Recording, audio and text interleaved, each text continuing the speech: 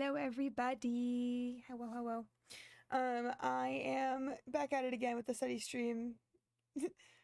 Yes. Oh my god, I'm stretching. Sorry, one sec. I should have done it before I actually started. I always switched over to my overlay. Oh well. Yeah, we're studying again. I'm gonna try and do study streams more regularly.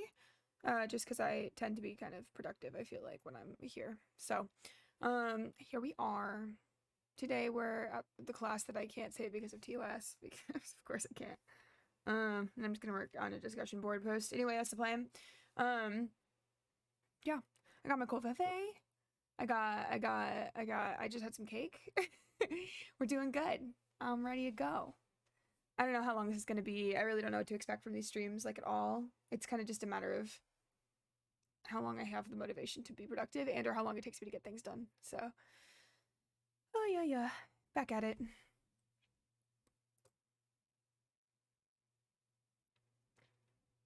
Yes, for anybody who is curious, thank you, Nightbot, for reminding me. I am currently vibing to music from w.bg. It's the instrumental soundtrack. For like a lot, well, instrumentals from the soundtracks and also just from the episodes, because as a Peach fan supporter, I get them, and they're really great. And Dylan said he was okay with using them for stream, which is very exciting for me. So yes, please, if you like what you're hearing, consider supporting him on Patreon. If that's not your jam, you can stream his music on like Spotify, Apple Music. What else is there? I think he has them on pretty much everything. He has a Bandcamp and a SoundCloud as well. So if you don't pay for music, those are places you can hear them too. And not only does he do instrumentals, he does lyric videos. They're songs too, songs with words, and they're really, really good. And when I do my karaoke stream, it's gonna be like a lot of w.bg music. So familiarize yourself now. Mostly because I have been listening to very little other than just his music. So I'm also like super sleepy because I woke up like not quite an hour ago. I'm so mad because my alarm went off and I like was aware of it going off and I was aware that I needed to get up. And like in the process of me trying to motivate myself to get out of bed, I like proceeded to fall back asleep again. So that's how we're doing today. And I woke up an hour later and I was like, God damn it. There goes my afternoon. I was gonna try to be productive this morning, but that didn't happen.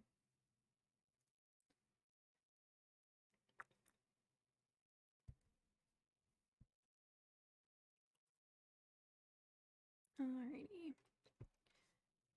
Let's see. We have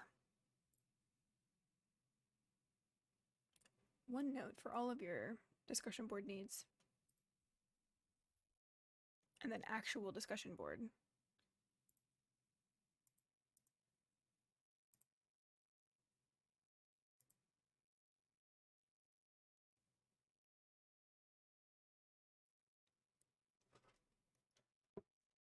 I'm starting to get a little bit stressed because I have a group project that's due in like next week at some point, and yeah, I've done little for it. None of us have done anything for it, and we have a presentation, so it's due on Saturday next week. Not this Saturday, but next week. It's just like not a lot of time. I'm gonna turn the audio down a little bit.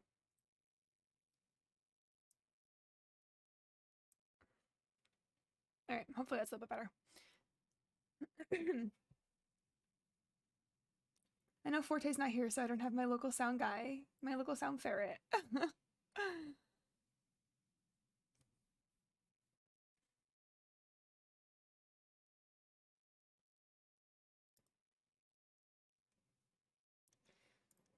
So I accidentally kind of sort of lied to you guys. This is still Dylan's music. This is still can be found on the same links, but it's actually from Eliza Schultz, which is his other podcast.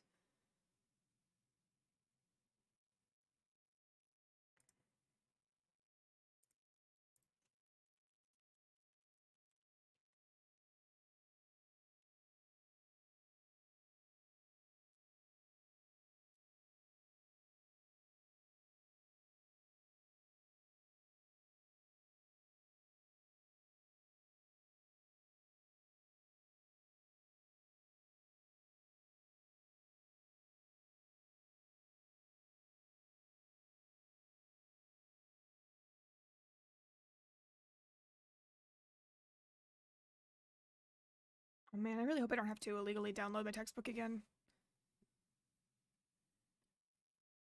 Like, I have a version, but it doesn't always like to cooperate with me.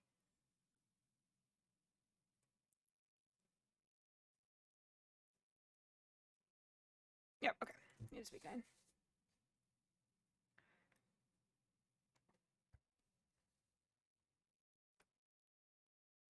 Oh, I was gonna check my midterm grades and see if any of them have been posted yet. Some of them have. 2 of them have, but...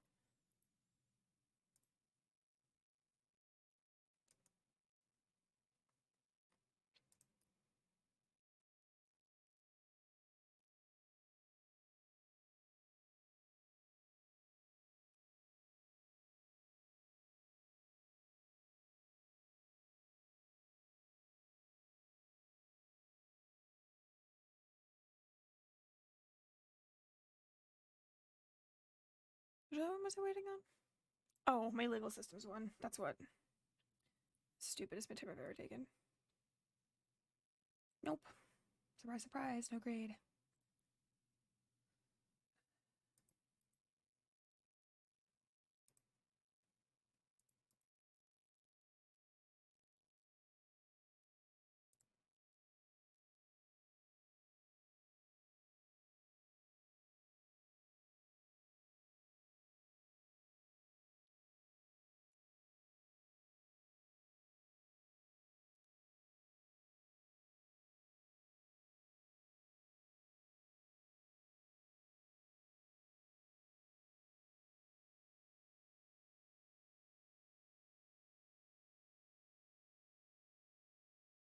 There it is. Okay.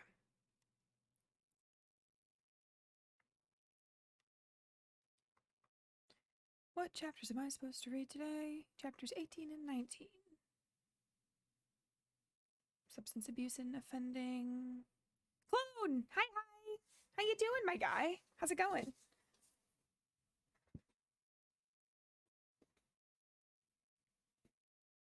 Good morning for you, my dude.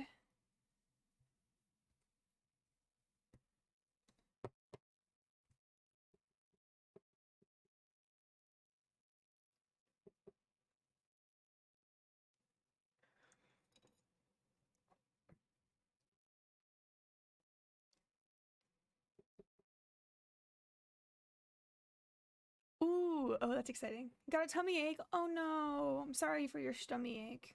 Those are the worst. Do you think it's something you ate, or do you think it's just like random? It happens to me sometimes.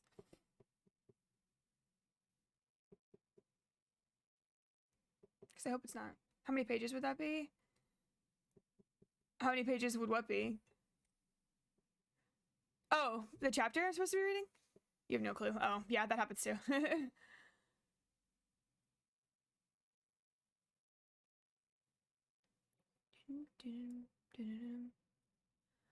Oy, oy, oy. We're gonna go with that one. Yeah, the chapters. Good question. I don't know. I can tell you in a second.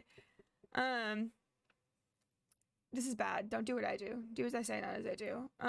Usually I only read 1 chapter a week, even though I'm supposed to read 2. Because we usually cover both of them pretty well in class. I don't have a lot of time. This last half of the semester, though, I'm gonna try and be better about like reading multiple chapters. So, let's see. I don't have the textbook open yet. You'd think if I had been like on top of things, it'd be open already.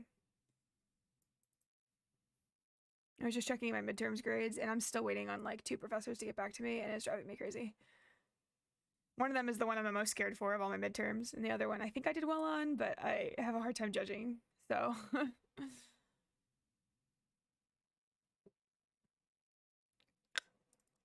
Not ethics, evaluation, that's what I want.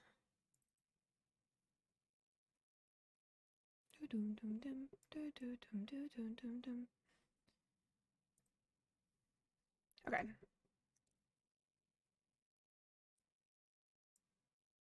Oh, I don't have desktop audio on, Lamau. I was like, wait a second. Fingers crossed, I hope they turn out good for you. Thank you. I hope so too. I hope your classes are going well. I know you're also powering through right now.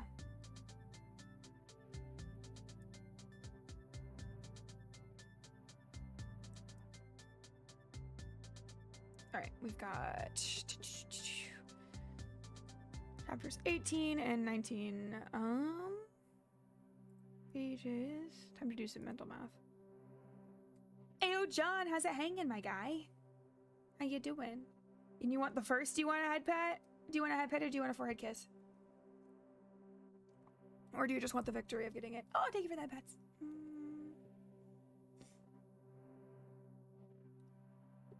I'll take that as your answer. I can give you a head pat too. I don't have hands today, but I can give you a head pat. I'm giving you a head pat in spirit. You're doing good. I'm happy to hear it.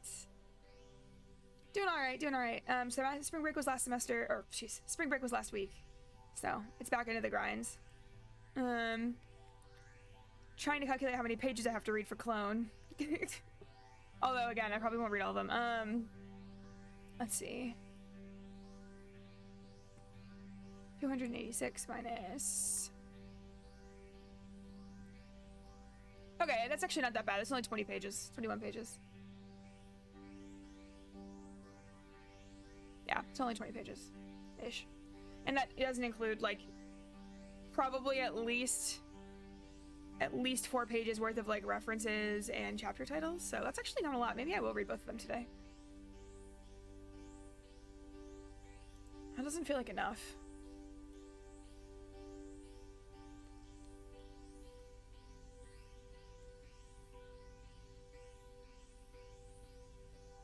What's it on? Okay, so this class is not TOSA free to say out loud, so I'm going to be careful. It's on evaluation and treatment of S3 extipedus respects offenders. And we're currently on female offenders right now. Well, female offenders and also substance abuse. So, because you can get it done in a week. That's what I'm planning on, except I also have this on top of all my other projects. So, I was saying earlier, I have like, oh god, what is it like? I just realized as I was typing into my calculator, you probably saw my face change like a million times. Oops. No, I also have to do a project that's due not this weekend, but next weekend. And then, oh god, a paper. It's also due in a couple weeks. Multiple readings for other classes I haven't touched yet. It's fine. It's great.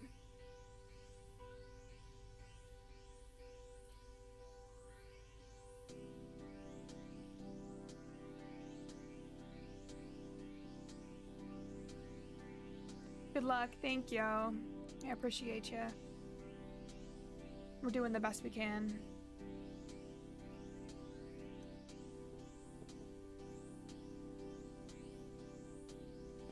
Alright. Female offenders it is. We're gonna start with that, read whatever's in that chapter, and then if I haven't been streaming for like 4 hours, I'll probably read the first chapter too.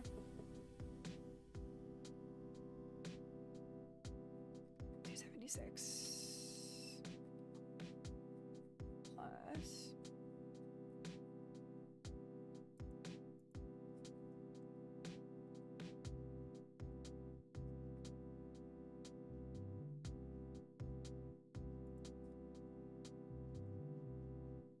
ha! I got the page number right. Nice.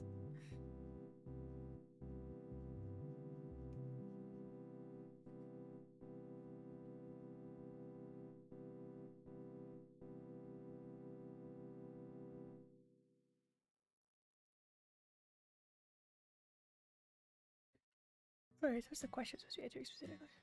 Describe what you learned about the female offender or chapter readings. Okay. I'm already yawning. That's not a good sign, is it?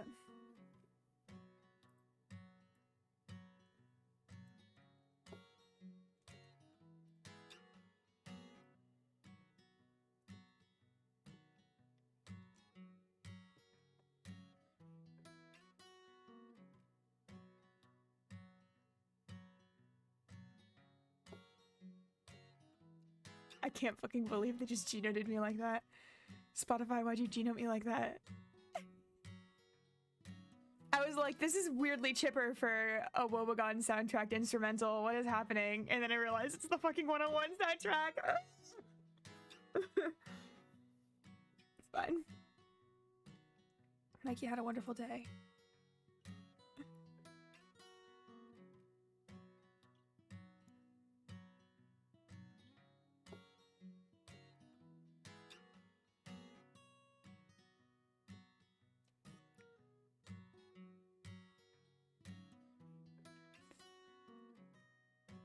Yeah.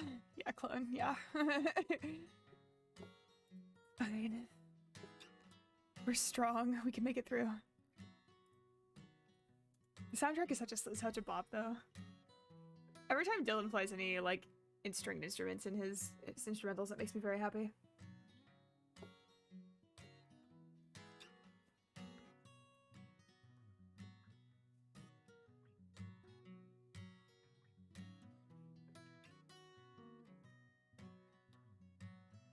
It's so good. It is so good.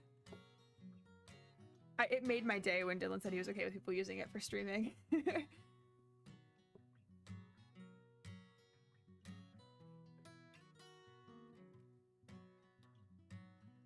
Although we're gonna test to see how strong it is. I think the actual instrumentals for the episodes are probably fine. They're probably safe. I don't know about his songs that he has in the soundtracks themselves, like seasons 1 through 3. And when those shuffle on, I might end up getting muted in the VOD. I don't think it'll be an issue when I'm streaming. If it is, and I get muted in the middle of stream, please let me know. But I'll be able to tell you afterwards if it's safe or not.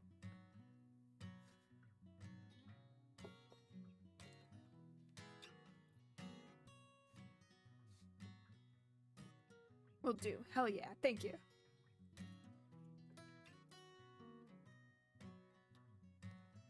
God, that salute emoji is such a strong one. I make so much use with it. Okay.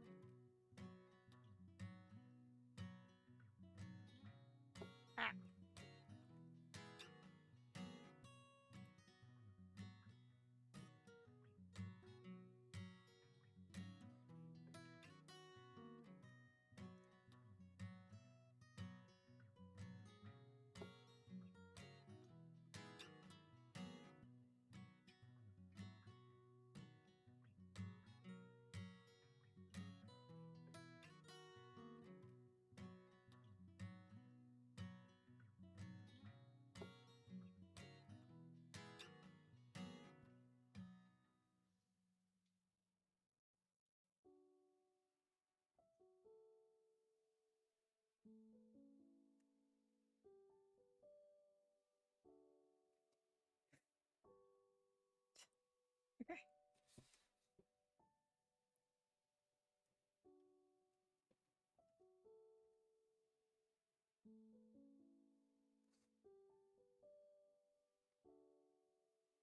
Hi, Jem. How you doing? A big stretch and a posture check. Ooh. Okay. That was good. I actually definitely was shrimping. No shrimping allowed during a study stream. Love the outfit. Thank you. Thank you. I have more that are different redeems if you're ever interested. I put probably a little bit too much work in this outfit. How's your day going, Jem? Eating dinner? Ooh, no problem.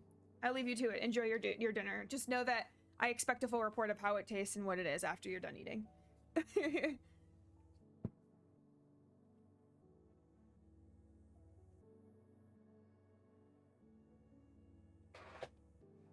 Oh, I'm gonna break. Sorry, guys. Pasta with mayo and ketchup. That actually sounds really good. Okay. All right. So, hear me out. Us Americans out here are like, pasta with ketchup? Ew. A lot of times. But I had my world shaken and changed in a good way. I had a German exchange student who came in, and we did like tortellini and like pasta or whatever for dinner. And back then I used to just do like butter on my pasta, and that was it because I was basic. Or like a tiny bit of sauce, but I wouldn't do like a lot. And we were like completely out of tomato sauce. And my foreign exchange student's name was Yoza, so I was like, Yoza, I'm sorry, we don't really have any. Like, is that okay? And she's like, oh yeah, no, it's fine. Do you have ketchup? And I was like, yeah, I do have ketchup. And she was like, okay. And she went over to the fridge. She grabbed the ketchup bottle and she just squirted that right on the tortellini. And I was like horrified. I was like, Queen, what are you doing? But then she let me try some, and it was actually pretty good. So. You are valid. That was a long-winded explanation for why I think you're valid.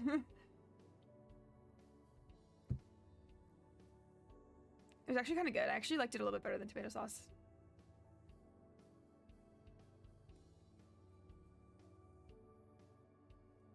To each their own. Yeah, I know.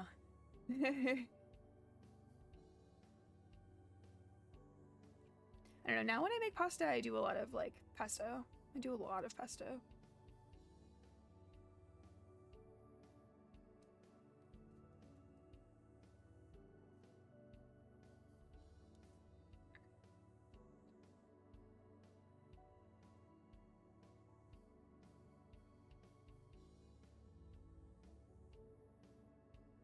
I love, love, love pesto. Pesto is so good.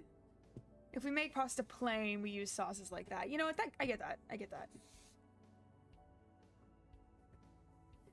Yeah, no, it is. Pesto is so easy to make, and that's part of why I'm like so here for it. My roommate Nixie is like really, really, really into. Like, she'll go through phases where she just makes a bunch of pesto, and then we eat that for like a week or two. Have you ever made hummus before, Clone? Like hummus from scratch? It's also pretty easy. It's really good. Tomato sauce with yogurt. Ooh, that would be interesting. Is it just like, what kind of yogurt do you use? Is it just like vanilla yogurt or like plain Greek yogurt, or like how would you do that? Because it sounds kind of like it would be like a cream-based tomato sauce, which would be yummy.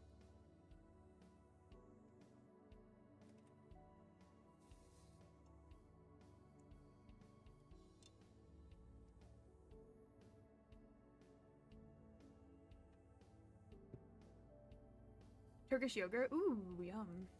Okay. A bit more tangy. Yeah, I would assume so. Oh, you make the pasta with the sauce. Woo, wait, okay. And then you add the yogurt while eating it. Okay. That sounds really good too. Man, now I'm hungry.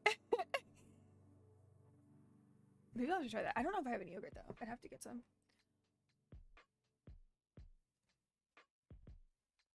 I don't know if I would actually be able to find Turkish yogurt like in stores around here.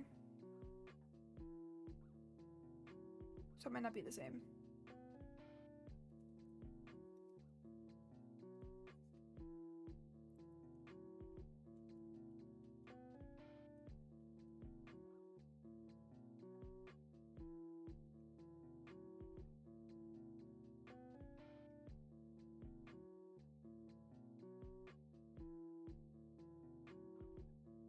Greek yogurt's probably the same. Yeah, probably.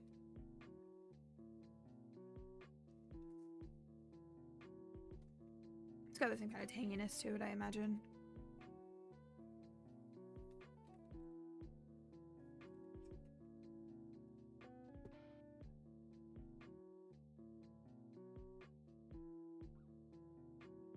I'm having one of those days where I like cannot get comfortable in my chair, and it's unfortunate.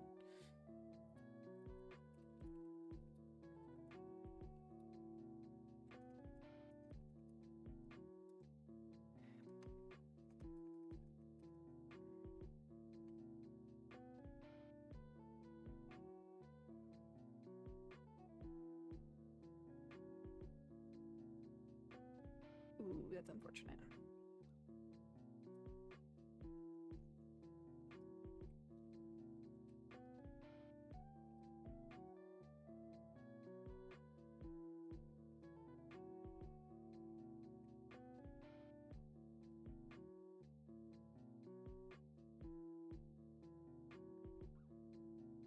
What am I studying? Okay, so you don't have the problem if you never leave bed. You're correct, Chloe. Okay. Hang on, Jem. I'll answer your question in a second. Here's the problem, though. With studying in bed, your brain associates certain places with certain things, okay? Which is why they always said, like, why you should not study in your bed, because your brain associates that with relaxation and sleep and automatically starts to release the sleepy chemicals in your brain. So it's harder for you to stay awake and focus because you get comfortable and you get sleepy. So it's nice to have like a dedicated spot, which I was following for a long time, and then COVID happened, so I can't speak too much. Jem, I am currently studying evaluation and treatment of S3 acts to pay disrespect offenders, which I have to be careful reading out loud. But it's definitely an interesting class. Kind of devastating, but definitely interesting. Yeah, I know. My desk is covered in stuff right now, though. Relatable. Relatable. I have to get better at keeping my desk clean. I actually have like a pretty big size one. It's like a whole ass table basically. But no matter what, I only seem to have like a small portion in the middle of it that's actually clean. I mean, no, my desk is completely clean and all I have on it right now is a cup of tea and a laptop. Yeah, definitely. Definitely.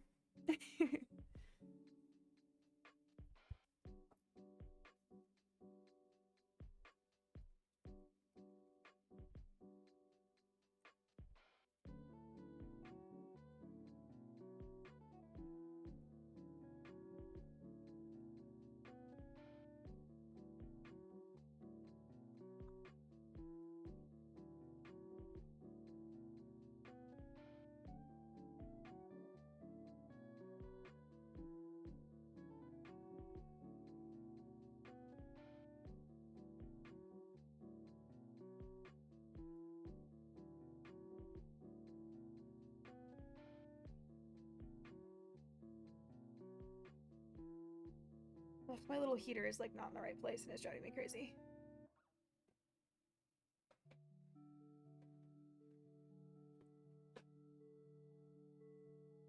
Okay. It gets cold in the dungeon. I live in the basement in our tiny house, and despite it being like actually kind of nice outside, it's always cold down here.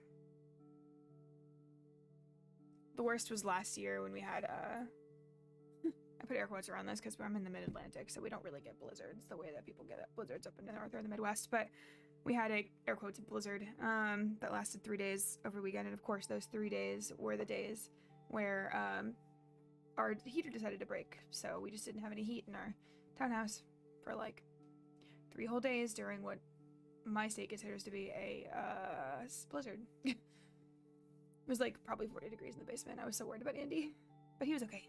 We survived. And I got a space heater, which helps too.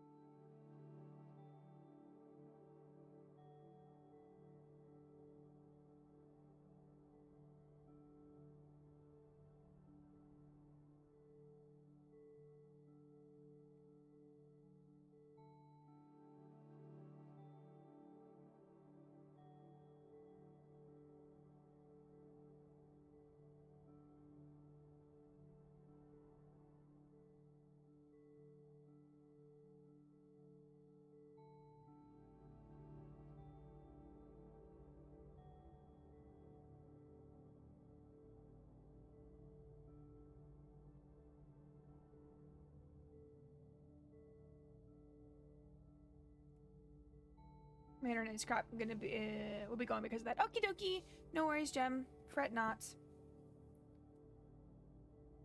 Good luck hoping your internet doesn't crash on you.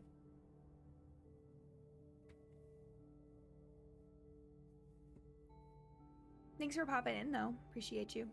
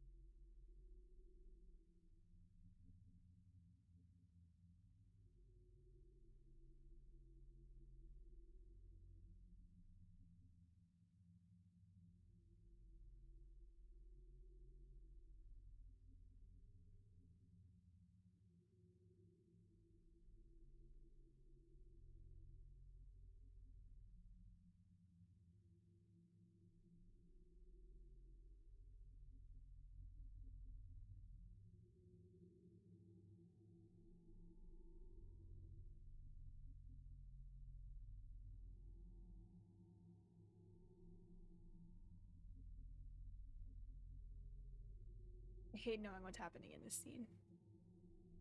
I know why it's quiet.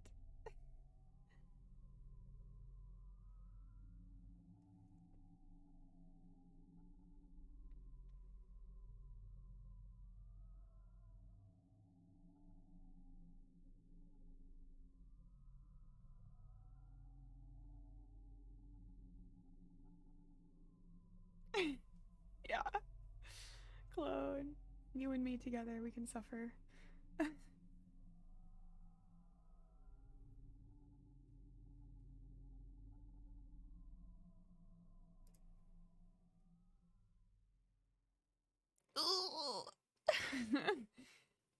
And moving on to episode 35.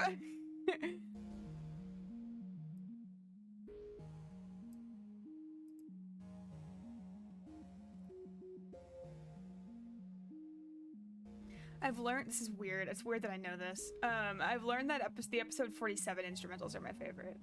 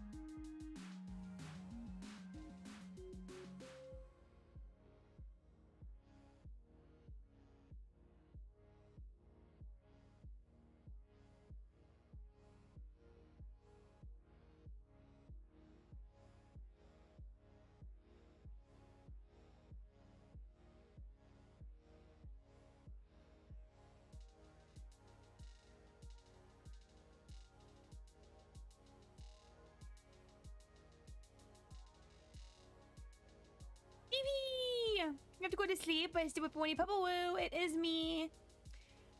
I hope it goes well for you. I hope you get the sweetest of the dreams. Oh, you want a Kirby before you go? I can do that. Hang on, let's make Kirby nom on the shoulder.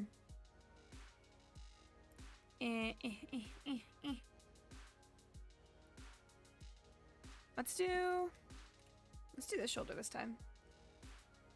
Kirby go chomp.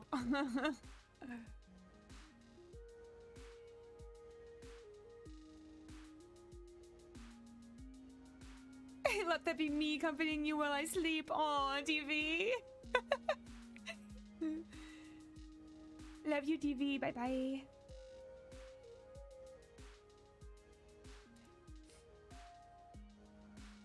DV, an instrument of chaos. My sweet baby boy.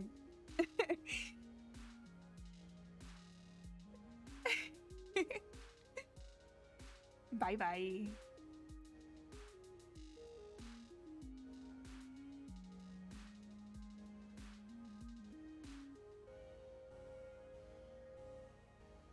The professor that never responds to emails, and I missed 2 of her classes due to being sick and told her ahead of time. I asked what she'd like me to do to keep up, but she's not responded. Ugh, Jesus, that's the worst. Hey, you did everything you could do as a student, and that is on her for not paying attention. If you do get a chance to go into class physically again with her, I would say something to her, like, after class. And if she gives you shit about that, then go right over her head. That's what I would do. We recently, I don't like doing this, I really don't, but like, we recently had a professor that a couple of my classmates and I had to like go over her head for. Yeah, I'm definitely planning on it. Good. Yeah. I mean, like, you're paying for your education and that's not fair to you as students, and it's very not okay if you get punished for something even though you did the right thing. So yeah. But no, we have a professor this semester that is just, she's a great person. She's very knowledgeable about what she does, But she is like the worst professor I've ever had. She just is not good at explaining things. By that I mean she just doesn't explain things. I'm not going to go into the details, but there's like a lot of issues we had with her in this class. To the extent that like people were begging her to make the midterm open notes, and the day we were supposed to be doing midterm review, we all ended up having to stay an extra half an hour late after class was supposed to officially be over because she didn't time budget and she was late to class. So it's been a whole thing. So anyway, I went over her head to our program director and was like, hey, like, can you do something about that maybe, please? And he was like, yeah. So hopefully she's not that bad though in every other capacity. It always sucks when someone's really knowledgeable but just sucks at teaching. I know, right? Yeah. Well, and like honestly, the best class that we ever had with her was a class where she had a guest lecturer come in, and the guest lecturer did most of the speaking, but the two of them had some really interesting conversations and were able to bounce off of each other really well. And like it was clear, it's like really clear that she knows her stuff, but she's also teaching us like she would teach a law class, which none of us are lawyers. We're all psychology students. We don't really have that background. And then yeah, because we don't have the background, she'll use like a lot of just terminology and verbiage and stuff and just assumes we know what she's talking about when we really like don't know what she's talking about at all. And then you'll be like, what do you mean by, like, raise your hand, like, what do you mean by that? Like, what does that mean? I'm not familiar with that concept. And then she'll go in some like crazy long-winded explanations about things that you're just like, that it made it way worse. Like I was not able to follow that. She gives a lot of examples and tells a lot of stories and goes on a lot of tangents, which would be good if we knew when she was doing that from when she was telling us what we were supposed to know for the slides, if that makes sense. So yeah, there's a lot. I don't know, I always feel bad complaining about professors though. Like I don't even like giving bad reviews on like course evaluations. Yeah, law is like a whole other language system. Yeah, it really is. It's like completely insane. She's also kind of old-fashioned, which is not great either, because obviously like the woman does not know how to use Blackboard, even though she could very easily know how to use Blackboard, but she doesn't like try to learn how to do it. And we're like, can you please? Like, we need you to be better at this. Yeah, it was a whole thing. She told us she was gonna send or like publish the little hypothetical that we went over in class so we could practice it for the midterm. And she was like, I'll put it up on the Blackboard tonight. And so people look at it. And this was like a couple days before the midterm happened. And like nothing was there. And we kept checking. And it was like 4 days after she said she was going to do that. Literally 2 days before the midterm. And I happened to stumble upon it because she'd posted it in like the completely wrong section of Blackboard. She posted it under discussion boards when we had never once done a discussion board in this class or used that section at all. And she's never even mentioned it. And so nobody thought to check there. Like, there was no reason for it to be there because she said she was going to post it under announcements and then she didn't. So it was, yeah, it's been a whole thing. This class has been a bit of a shit show.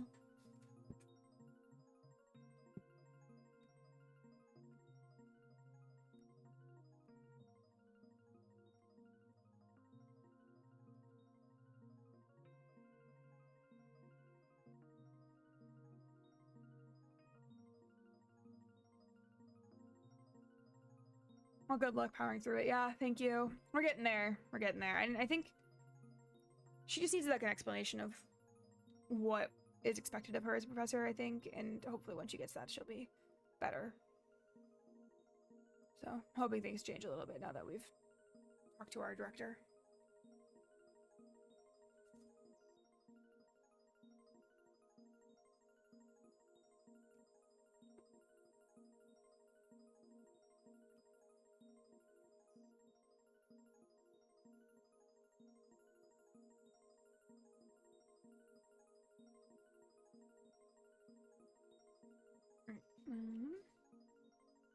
There's that.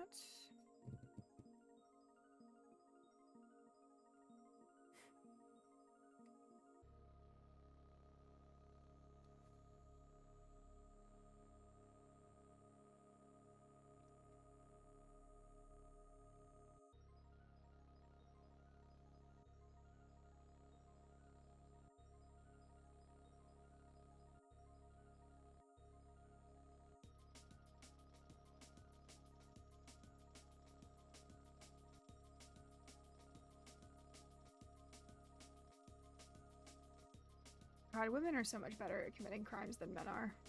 which is not a good thing, but it's definitely a fact.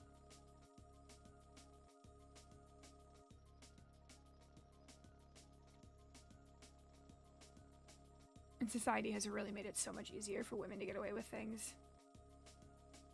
Which is also not necessarily a good thing or a bad thing. Oh, that's probably a bad thing.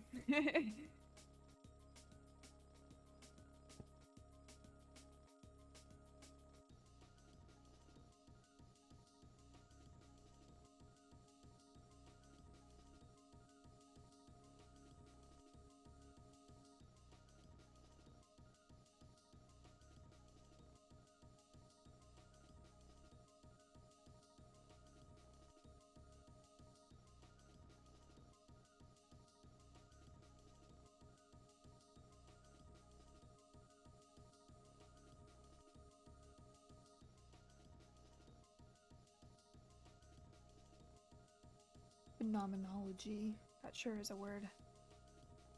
Phenomena. Do do do do do. Phenomenon. Do do do do.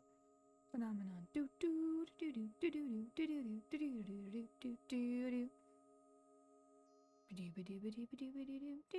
do do do do. Okay, I'm sorry.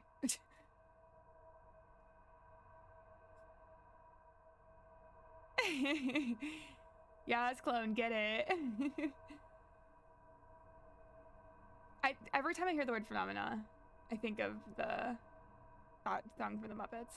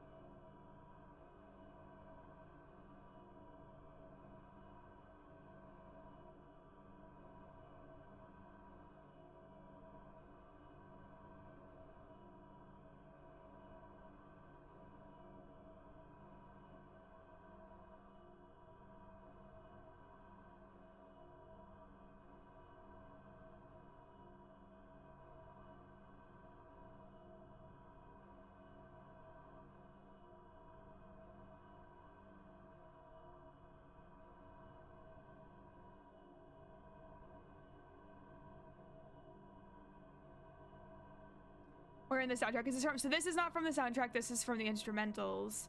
So on the Patreon, I think if you're $2 a month, it must be because I started as $2 a month tier. If you're $2 a month, you get access to the instrumentals for free and you can like download them. So this is from episode 35 still.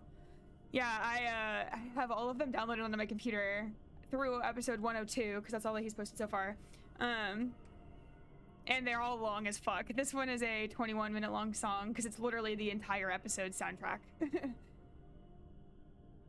Which is why you might, every once in a while, I think it's episode 67 or something like that, you might recognize the instrumentals for a couple of songs that are in... Actually, I think it'd be 63, actually. 63. There's instrumentals for a couple of songs that eventually became lyrical songs, or got published as their own songs. Specifically Given Up. Given Up is from episode 63.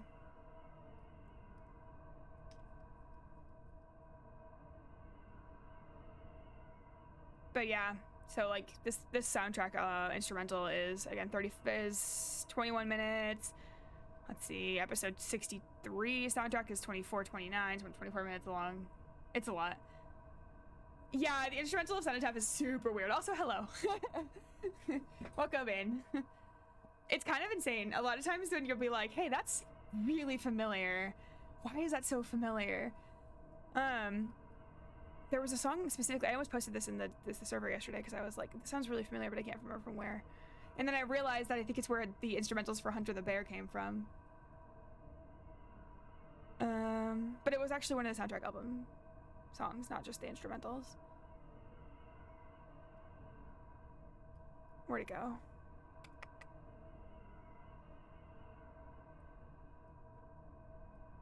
And now I'm curious if I can find it. Give me like 2 seconds.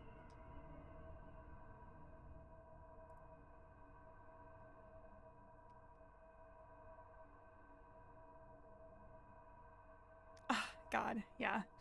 I also have the instrumentals for some of the songs, like actual full songs that are in here, and every once in a while they get shuffled on and I just go, oh, ow. Like Painted Glass is in here as an instrumental. Ow. I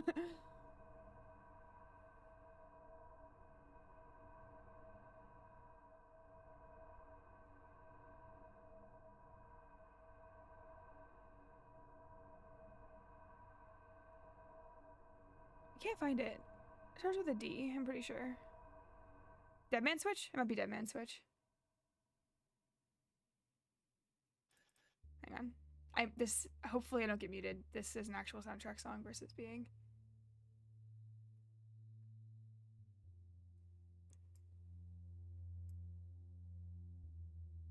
Like it's so familiar.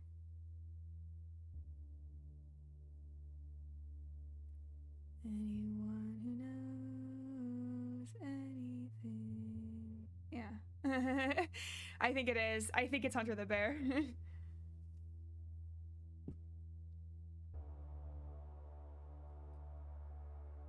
It's kind of fun to go on a little dive to see if you can figure out what it is.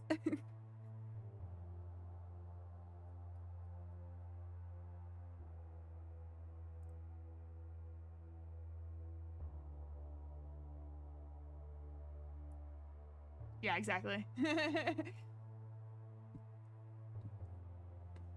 No, Hazard, Hunter the Bear, and Wilderness are my top 3 Wobegon songs of all time. 100%.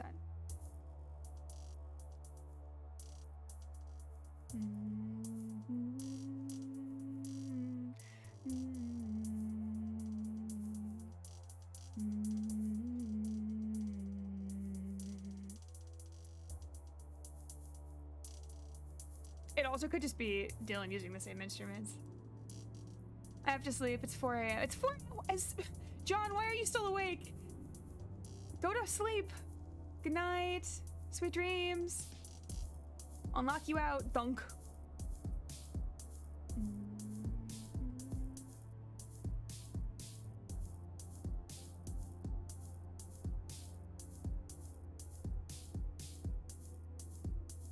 Thank you for that, Pat. Ooh.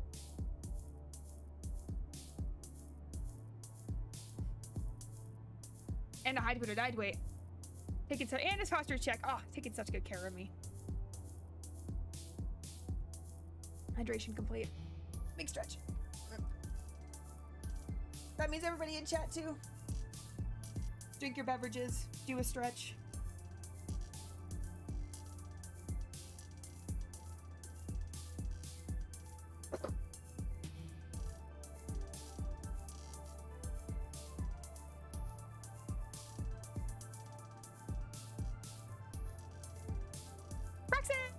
Howdy, Rulu and crew. Oh, that's great. My bed is comfy. You can stretch in bed, clone. How you doing, Praxis? How's it going?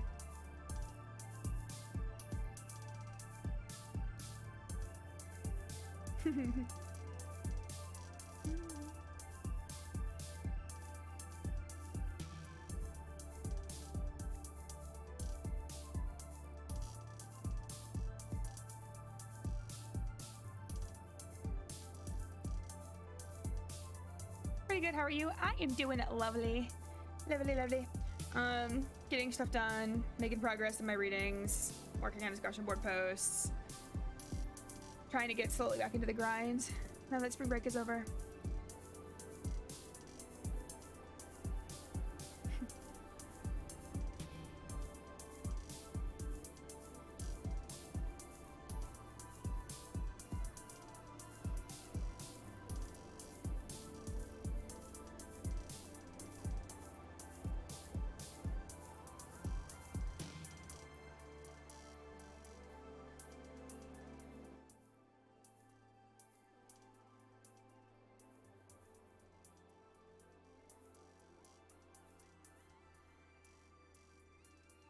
Alrighty.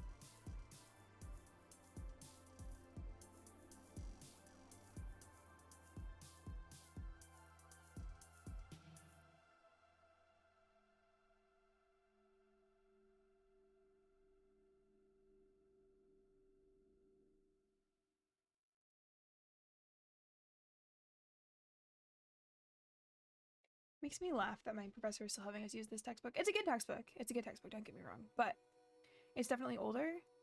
And it came out before the newest DSM-5 came out.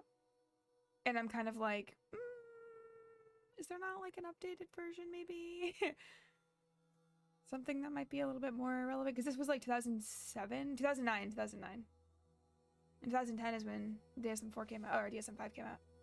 So it's kind of funny because it still uses DSM-4 terminology for a lot of it, where it'll be like Axis 1 or Axis 3, and that's not a thing in psych anymore. Or rather it is, but they've been recategorized.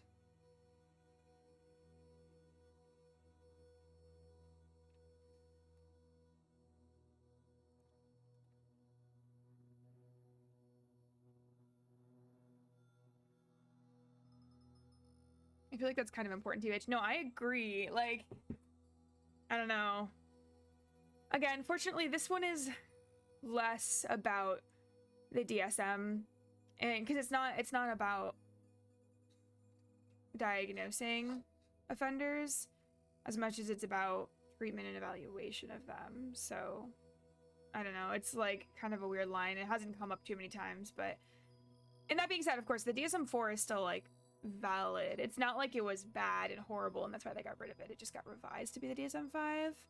So like most of the stuff that's in the DSM-4 is still a thing. It's just been organized different, maybe named something different, and other things have been incorporated to it that weren't there before. So I agree with you though, Clone. I also think it's kind of important to have more updated textbooks than this, and I'm kind of like, it shouldn't be that hard to find one that's a little bit more up to date.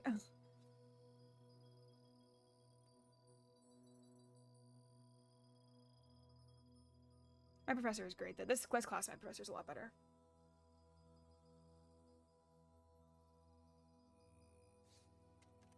Which is great, but also unfortunate because I only get to see him like 4 times a semester because it's my weekend class. It's one of my weekend classes. So it's mostly hybrid. I'd rather see him every freaking week rather than my other shitty professor.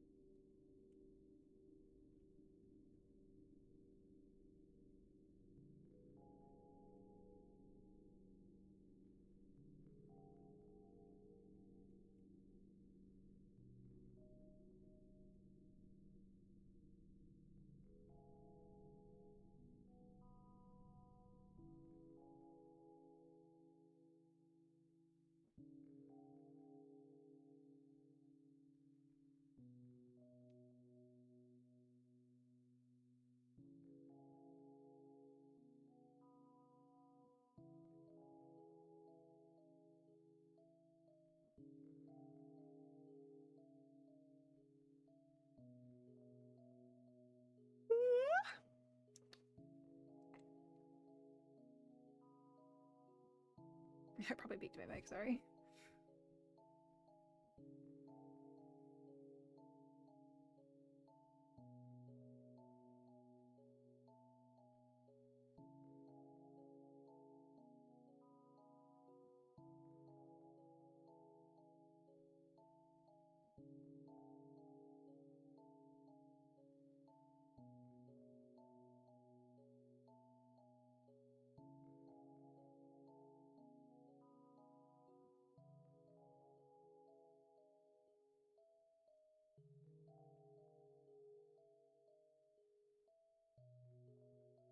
I had a professor once explain differences in psychology behind individuals with this concept of like a backpack, which is really interesting.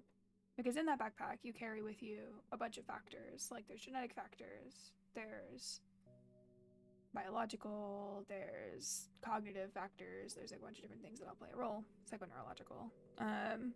But there's also societal factors and just social factors that people experience in their everyday lives, or didn't experience, things that were important milestones or stepstones in a person's life when it comes to developmental psychology. And ever since then, that's been like the most helpful metaphor in the world for kind of understanding why certain people turn out certain ways or are willing or able to do certain things. Just really interesting. Not an excuse, but more of an explanation as to why things might have turned out the way they did. That was very not at all related to what I'm reading, but it made me think of that.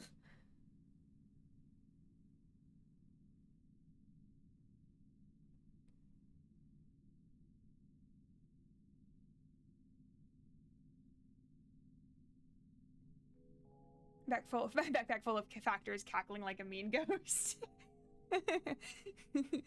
Yeah, pretty much.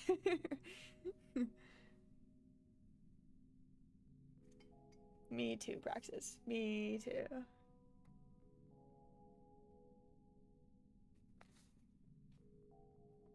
Every single person has a backpack with them.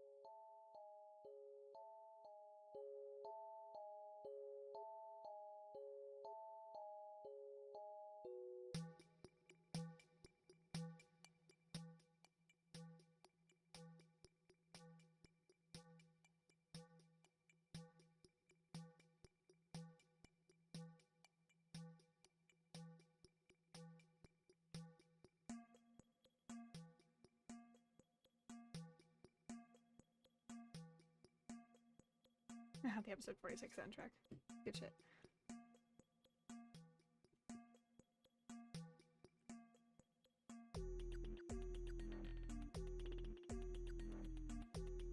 What the fuck even is the song? This is the episode 46 instrumental. That's what it is. I was like, kind of distracting, but I'm here for it.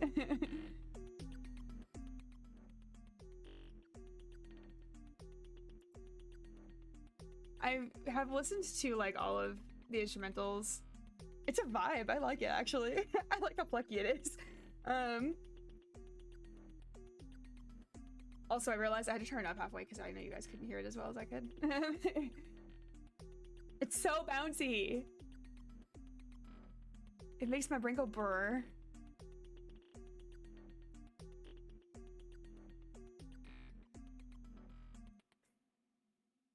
And then it just ends, and we have a break because the scene ends or scene changes. And then we pick up where we left off. It's just so fucking funny to me. I don't know, it's like, I really love listening to the w.bg soundtracks because they just are the perfect amount of stimulation for my brain musically for me to like, yeah. I've only really listened to the recenter instrumentals after the 60s, the ones you recognize from the streams. That's valid, that's totally valid. I said this before, but I actually think some of my favorite instrumentals are from the early episodes. I still really love the ones from the most recent episodes too. But like, something about how plucky and vibrant a lot of the ones from like season 1 or season 2 were make me laugh every time. Like, I'm trying to remember. Some of them are also like not that engaging, which is interesting too. They were all over the place. It's fun to hear Dylan learn how to do instrumentals as he goes along.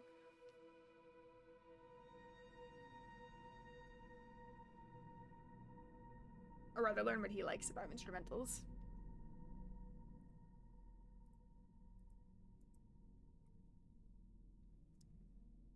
I don't know if you were here for it earlier, Solipsiful, but we We heard the 101 soundtrack earlier, and it just it hurt. I like the commentaries when he comments on the music being distracting. No, same, same. It's like literally that. Yeah, it was the first instrumental that shuffled on, which was a lot of fun and a great way to start my study session. Yeah, it's great until it gets to be about 2/3 of the way through, and then you know the scene happens, and it's just quiet, and you're like, oh no, I know what's happening right now. I really need to make a list of the ones I really like. They're perfect for getting my brain into reading. There you go, yeah. Genuinely, I like all of them. I have some favorites, but I have yet to ever come across an instrumental that I didn't like. Some of them, though, are a little bit, like, similar to other ones, so I don't recognize them as well.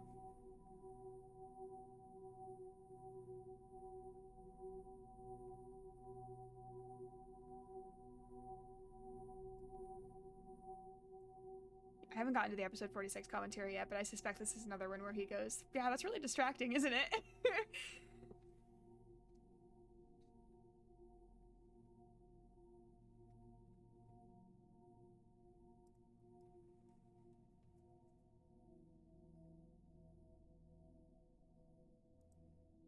The instrumentals also get shorter as the seasons go on, too, which is interesting, because a lot of times, he's talked about this, I think, before as well, but he just didn't feel like he needed as much instrumental for some of the later stuff that happens.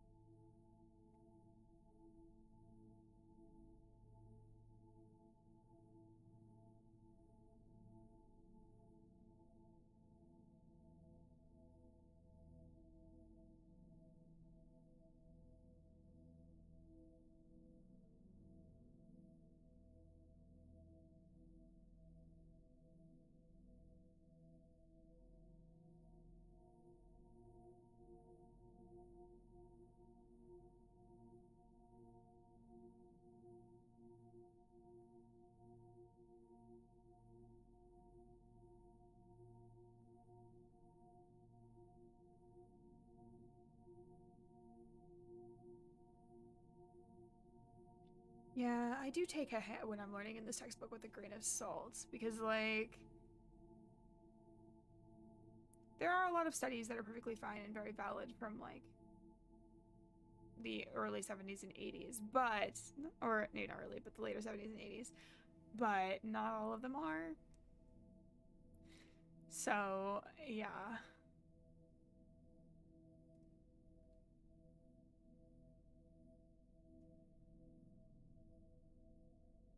Trust but verify, the ultimate technique.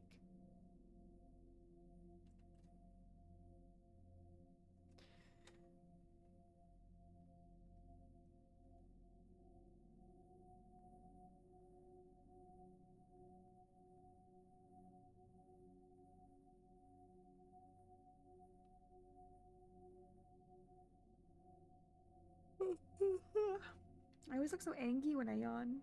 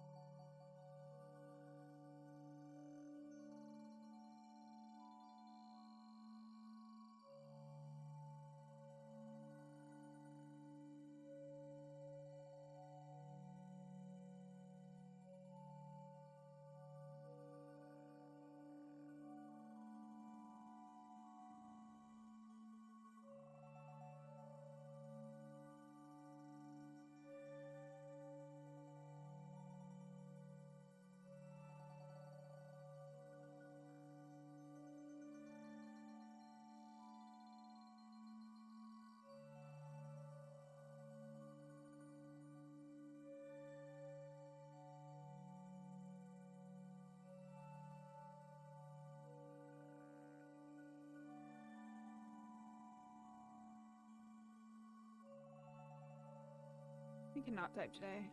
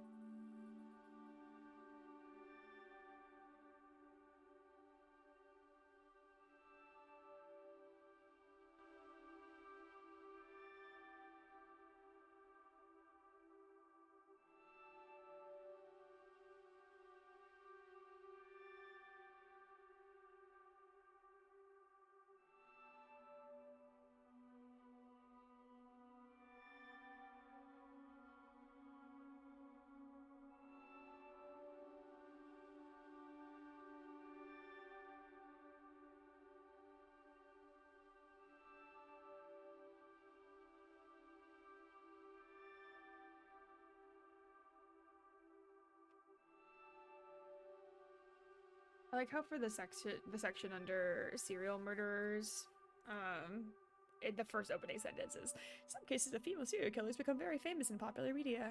Yeah, it's because there's like not a lot of female serial killers. And when there are, people eat that shit up.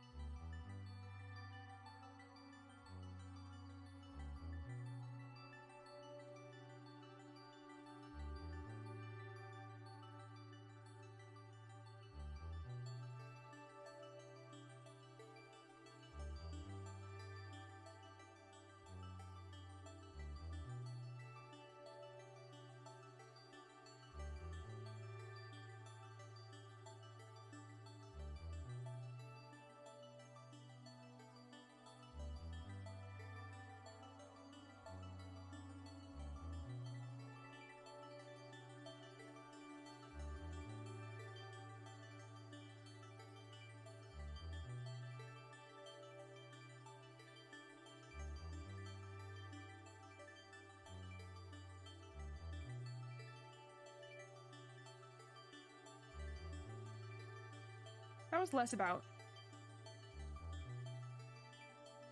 generally about female serial killers and more about one specific case studied, but I guess that is pretty representative of a lot of them. Kind of.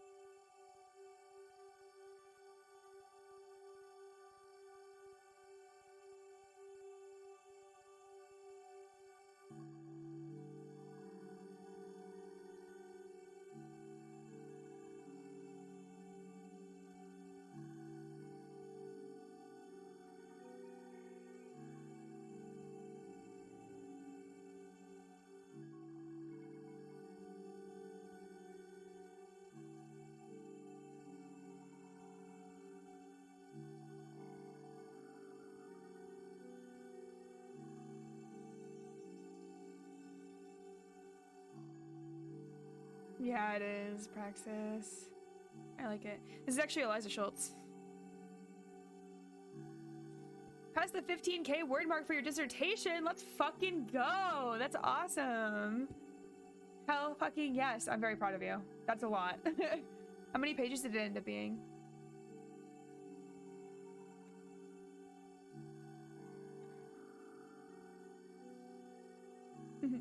The Eliza ones tend to be less stressful. Yeah, they do. They really do. Yeah, this is Eliza Schultz, episode 3.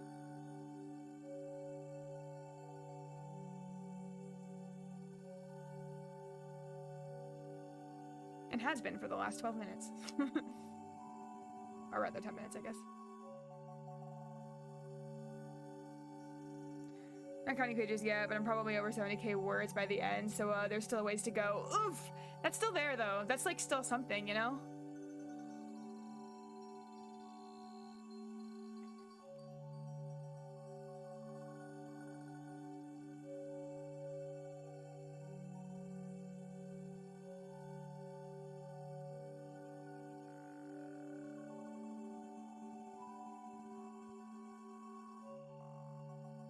Auditory verbal hallucinations and also kind of plurality. Yes, I remember you mentioning that, but it sounds absolutely fascinating.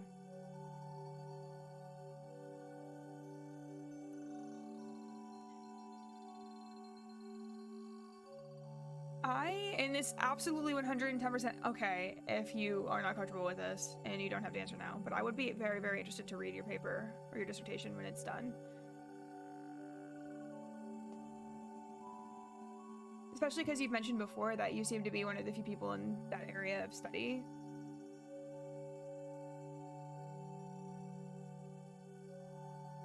But it's absolutely fascinating. Ask me in a year or so. Valid. I will remember. I don't think I could forget that if I wanted to.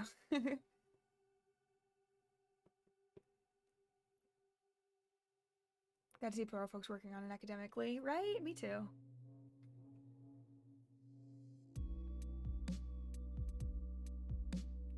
Ooh.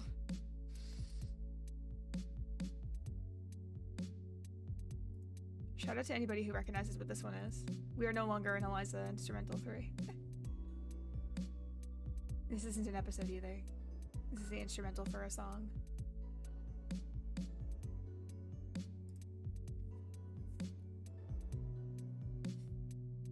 Also very heavy on theory. Like, my main interest is how do people identify as an agent or as a speaker. Ooh.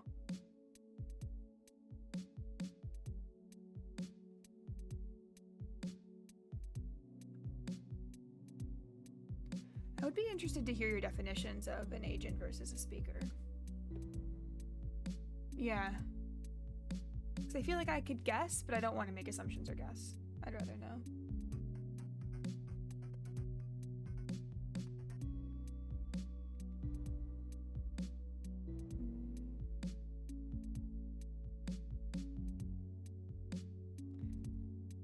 Yeah.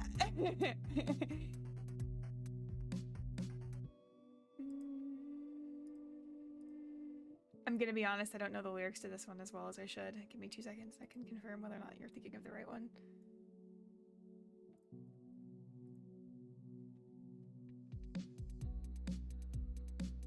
Fuck me up. Yeah.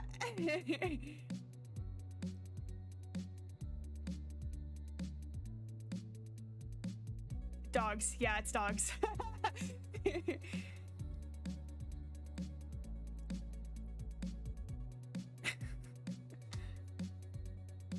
I forgot. That's very funny. On the description for this, on the Patreon, is the instrumental version of the instrumental of the intermission 15 dogs until now.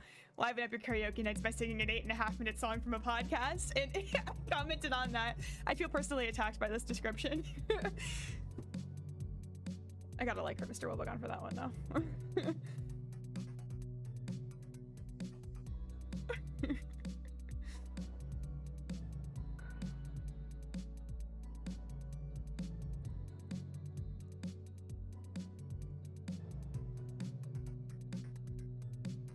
listen to dogs as regularly because I only recently got it on my device. I go through phases where like I'll just take every instrumental or song that's been posted on the Patreon and I'll download them all at once, but usually it happens every couple of weeks and I don't have them on here for a while. So surprisingly I didn't have dogs because Patreon decided to be confusing about it, so I only recently got it.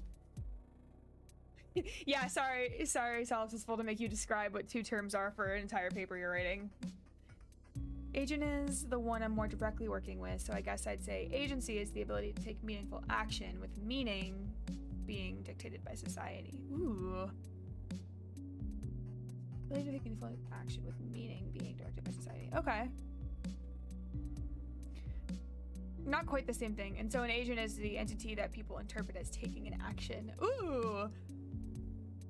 Okay. I definitely see the pluralism there. This is not really quite as related, but it did make me think of this. I read a paper once that was all about awareness, consciousness and awareness, and like defining what those are, which was a really fascinating paper to write that I should not have started writing at like 2 in the morning. It's trippy as fuck, but it was really interesting. Like, what is awareness? What is consciousness? Things like that. That was from my neuropsychology class.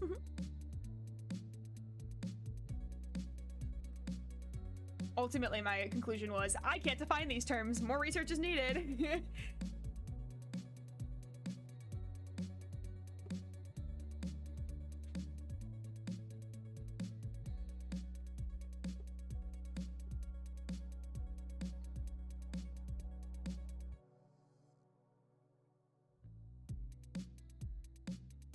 Societal structures there are important because, like, as a student, you can take the action saying class dismissed, but it's not actually meaningful unless you're a professor. Ooh, yeah, okay.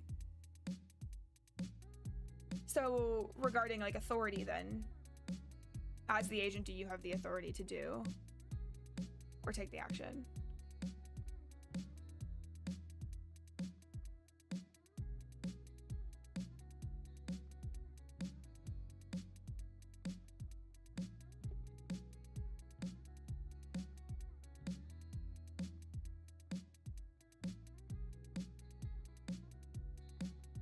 The sadistic part of my brain just went, oh boy, I can't wait to get my doctorate so I can write a dissertation.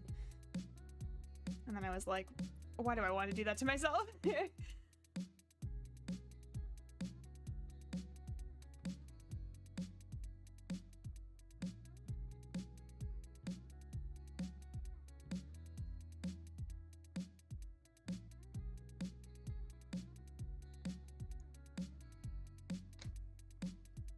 Yep, though it's not necessarily as top-down power. Like, as a teacher, it'd be pretty nonsensical for me to turn in a homework assignment to myself, even though that's a meaningful action students can take.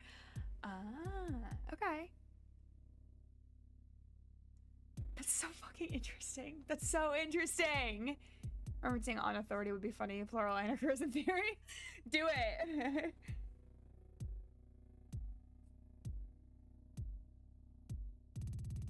We might be a little bit biased on this matter, but I agree with Praxis.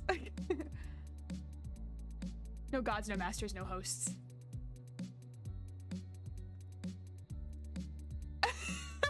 No host, goddammit, I was writing that.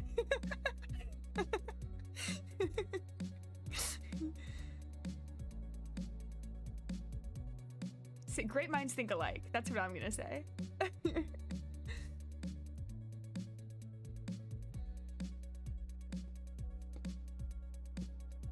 Alright, okay. I will stop distracting you from your paper. Sorry, I wasn't prepared for the laughter. It's unfortunately really well timed. I forgot that was in his song. Thanks, Dylan. Dylan's laughing at our suffering while we try to get work done.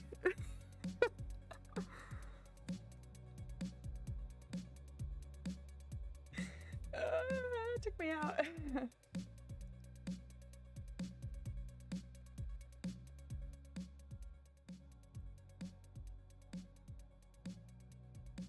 Things I'm learning while playing w.bg instrumentals. I need to be careful because the songs fluctuate in audio levels they're consistent within themselves and they make perfect sense for the situation, but because they're in a soundtrack for an episode, certain bits are so much quieter than other bits, so I have to keep an eye on the audio levels. Is the laughter also in Zenith's instrumental? Like, does he just leave the laughter in? I think he probably does. I think he probably does. I hope he does, because it would make my life easier when I eventually do karaoke, because your girl can't manically laugh the way that Dylan can.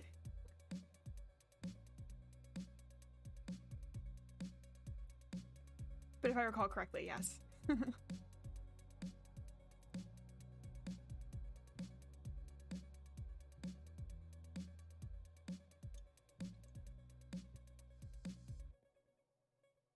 If it was like clear plain laughter, I think it's because he takes the laughter and then he adds a second layer where he manipulates the sound a little bit, so you get more of that like robotic effect.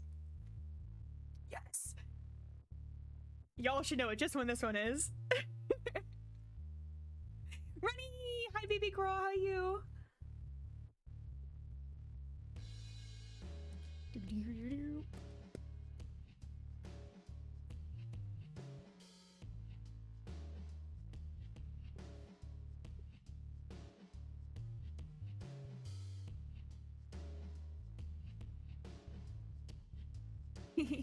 How you doing today, Rennie? More yard work, or are you safe indoors?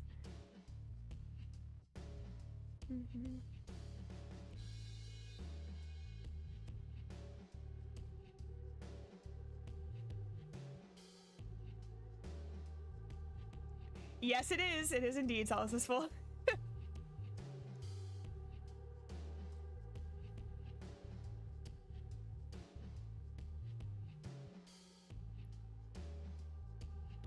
A personal favorite of mine I will play next.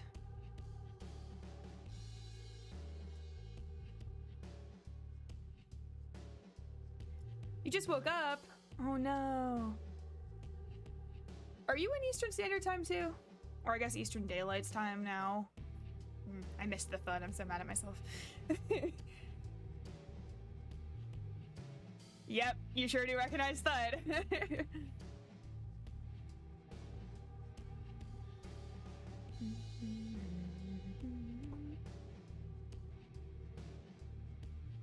Yeah. Oh, Rennie, I'm sorry, baby girl. That's always like the worst. I feel like waking up this late can throw me off my game a little bit.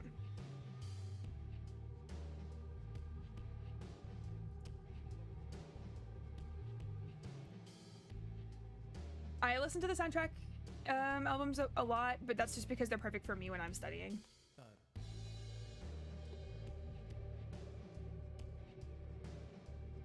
Currently trying to define the term subjective phenomenon without having to pull out some goddamn phrenologist, so rip defining things. Rip. Hi Coco, how you doing, baby girl? Welcome in. How you doing today?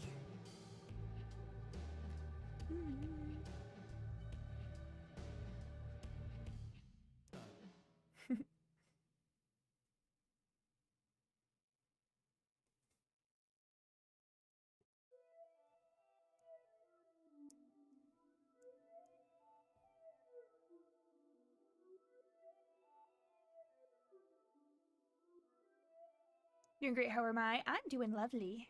I am getting things done. I'm almost done with my chapter that I'm currently reading, which is good.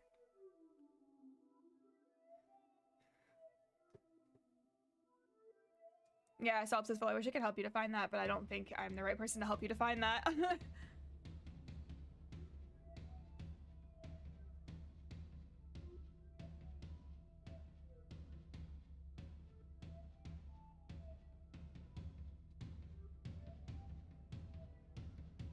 You can do it, Mama Roo. Thank you, Coco Baby. Do you have plans for today? Are you streaming later? I feel like I should know your schedule better than I do, but I don't, unfortunately.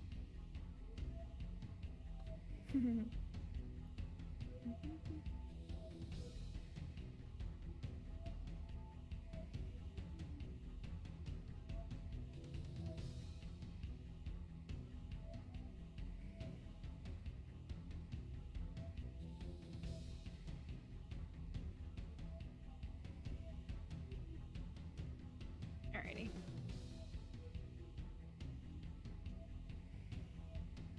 Maybe some more Dark Solos or Hollow Knight. Ooh, that would be good. I only caught a tiny bit of your Dark Souls after we raided you yesterday.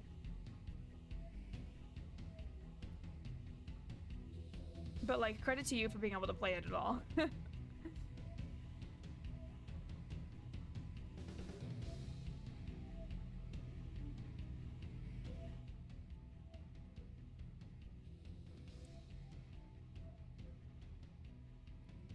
Thank you, Coco.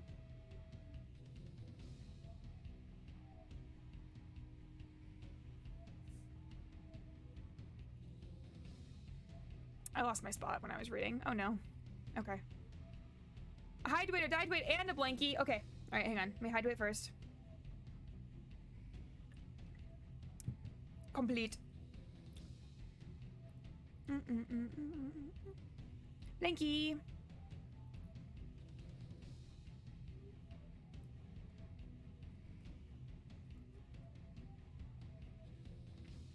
Whoa, big one. I'll have to move the Kirby up so it's not like covered.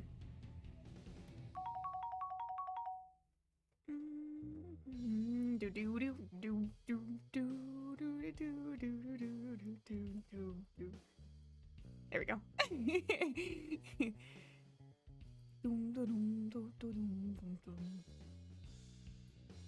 This is my favorite instrumental, probably. I'm not gonna lie. It's so plucky.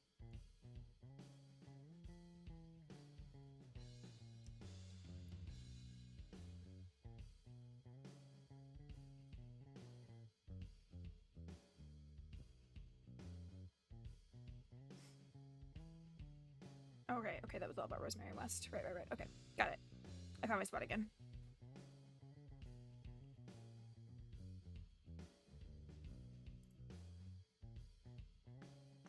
And a tweet for Wendy. Aww.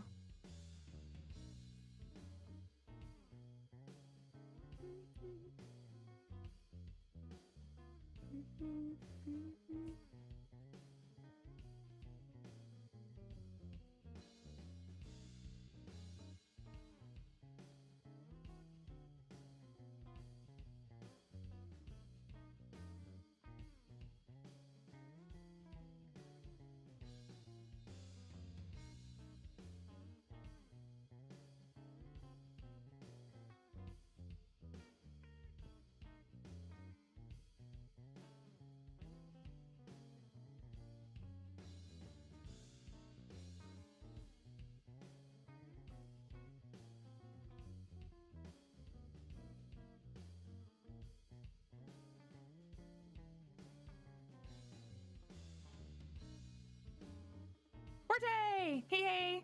Here to devour the eye candy. Damn, that was good. How you doing, Forte? How's work treating you? Hopefully not too bad.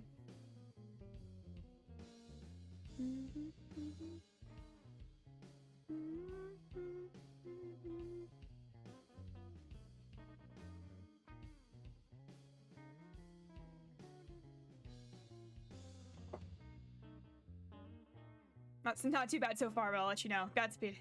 You can do it.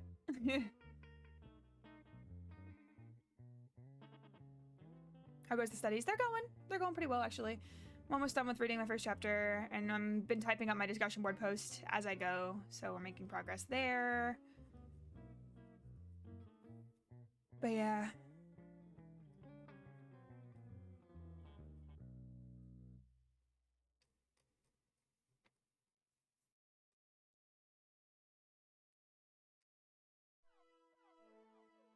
I'm gonna start skimming though, because I'm gonna get done with this faster.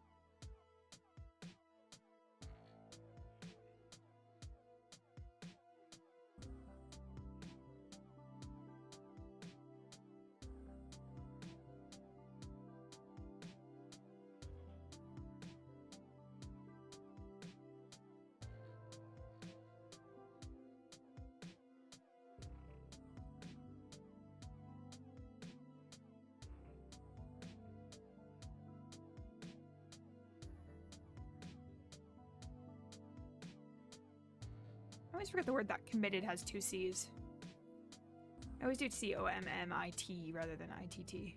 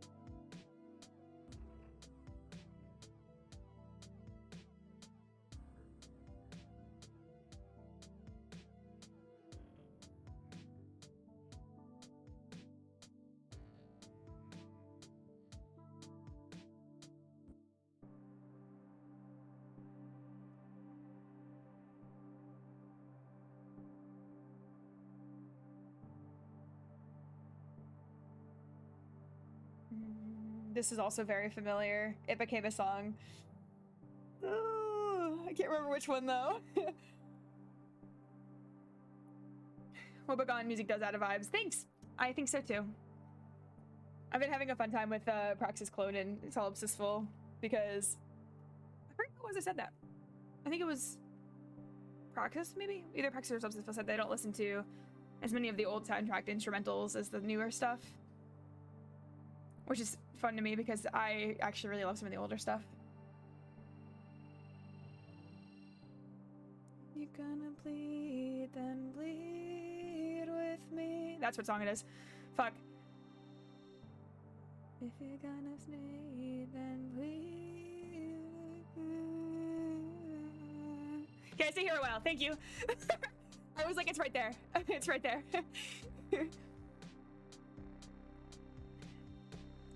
That was Solipsisful, but it's also true for me. Yeah, valid. Yeah, it's like going through all memories. As a non-patron, I listen to none of this, so it's extra fun for me. I'm super glad, Clone. Most of my study streams are probably going to be w.bg instrumentals now. I'm not going to lie. They genuinely are the thing that I study to best, so. I might switch it up every once in a while, depending on the energy, but.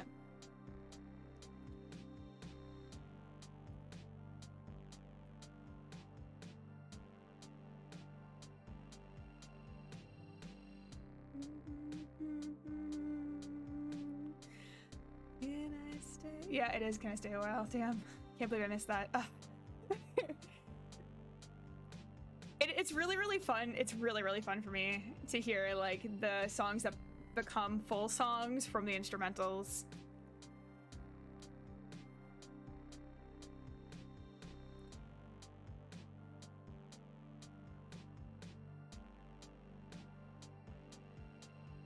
This song that Dylan nearly forgot from Have I Been to the Future like twice. Damn. Can I Stay Here a While is probably... I actually really love it. It's one of my favorites. It's really pretty. But it's a lot more mild than a lot of the other ones.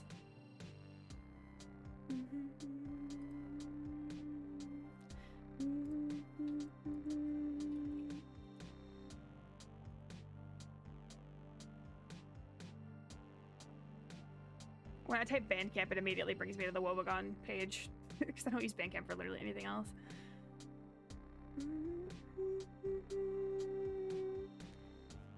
Are You So Sure is another one that I feel like gets forgotten.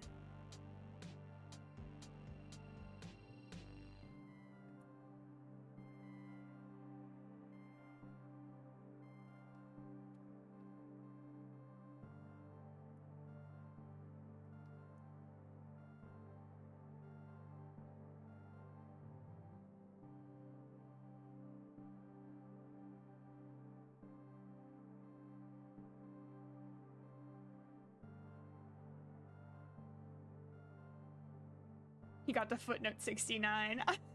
I'm a child. I love that for you. 69, that's the weed number. That was a joke. I know it's not the weed number, guys.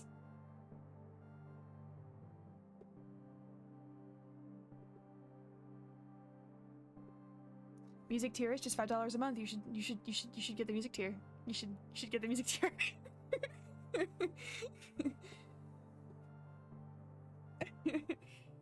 It is still a funny number. You're correct. Thank you for laughing at my dumb joke, Rennie. I'm gonna pretend like that was a laugh for my weed number joke.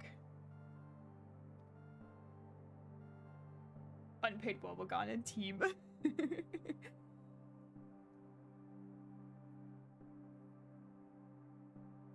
Oh, unpaid Wobblegone ad team. Yeah, no, we are, like, legitimately. I will eventually. Clone, of course, like Dylan always says, for real. Like, do what you can afford, and if you can't afford anything, that's totally valid, too. I was on the $2 a month tier for a really long time.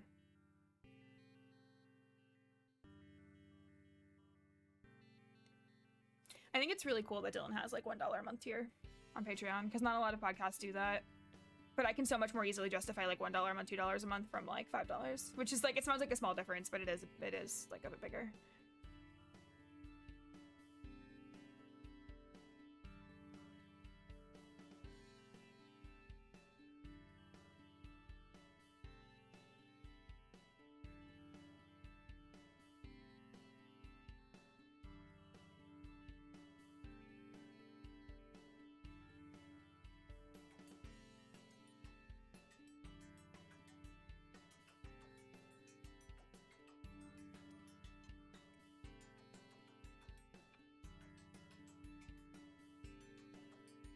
Should make an instrumental for Can I Stay Here a While, or rather I should steal the instrumental from this so I can do it for karaoke.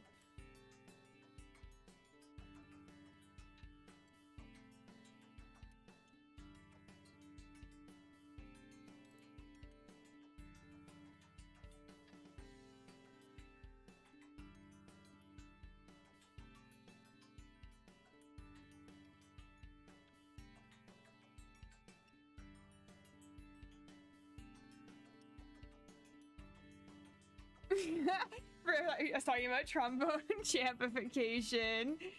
Can I toot here a while? I mean, I don't own trombone champ, but I probably could figure it out if I really wanted to.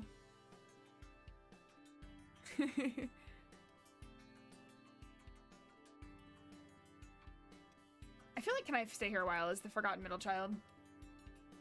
She can do that for karaoke too. I don't think anybody wants that. I don't think anybody wants trombone champ for my karaoke. The covers I did, I think, were pretty good evidence of why you wouldn't want that.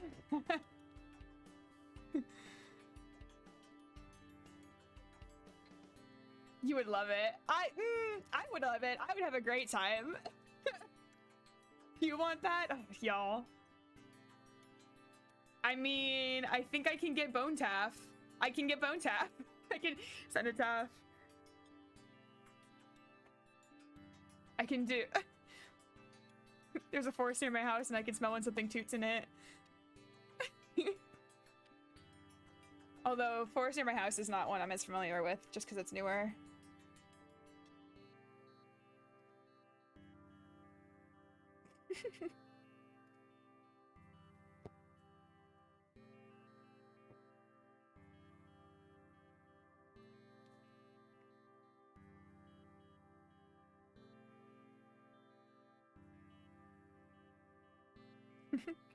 Can you imagine a karaoke stream where somebody just sings trombone champ? Like, that would be absolute chaos.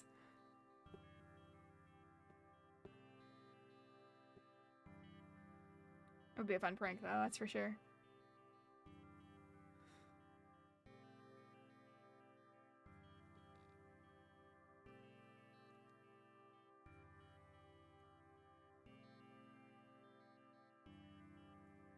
April Fool's karaoke, literally.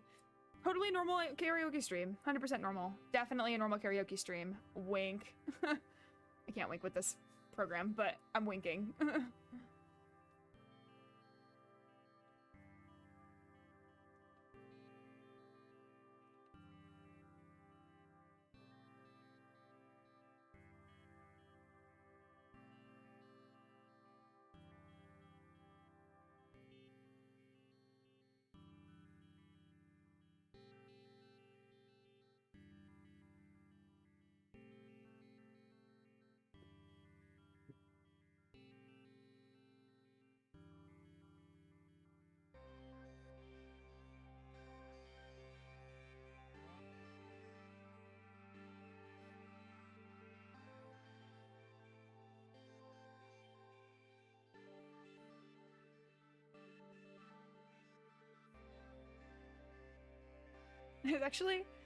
This is kind of embarrassing.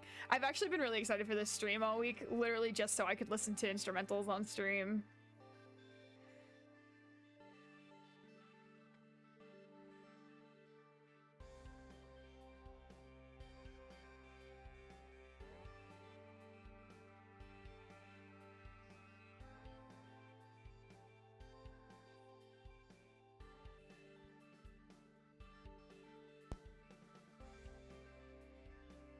Feed your passions. Yeah. Yeah.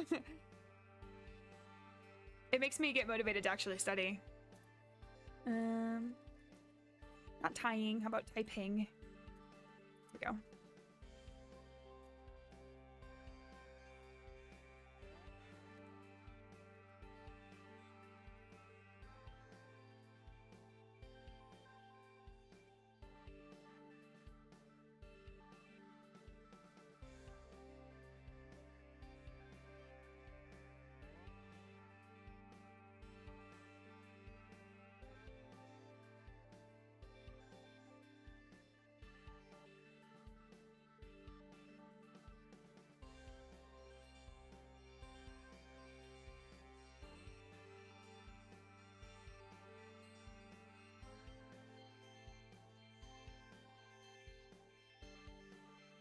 Oh, this is so sad. Okay.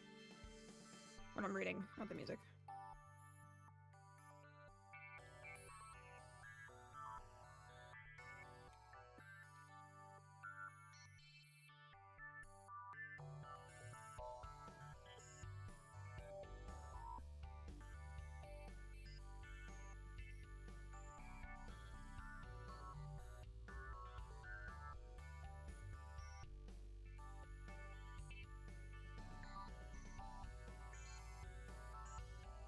What am I reading right now? How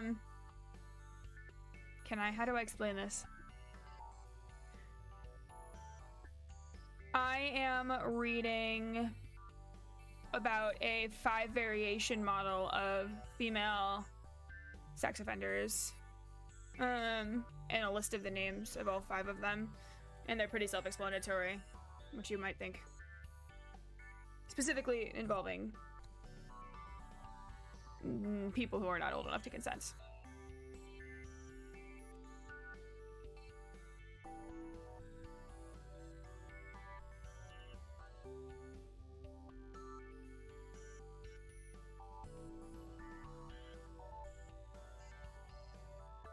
Yeah. It is not exactly a fun read, but it is important, unfortunately. Yeah.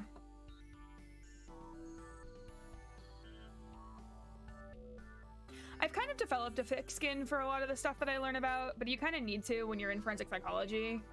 Because, like, a lot of the stuff we cover is, like, kind of fucked. Yeah.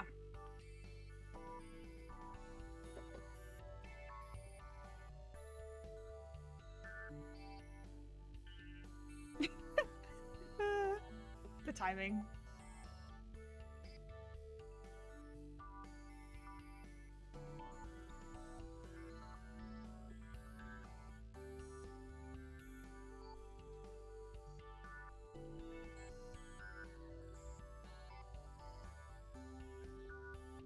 Oh, just Dandy Andy.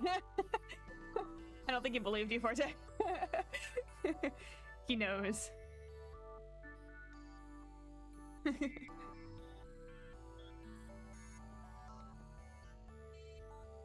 wish I could turn down the number of times Pando sent notifications. I feel like I probably could, I just don't know how to do that.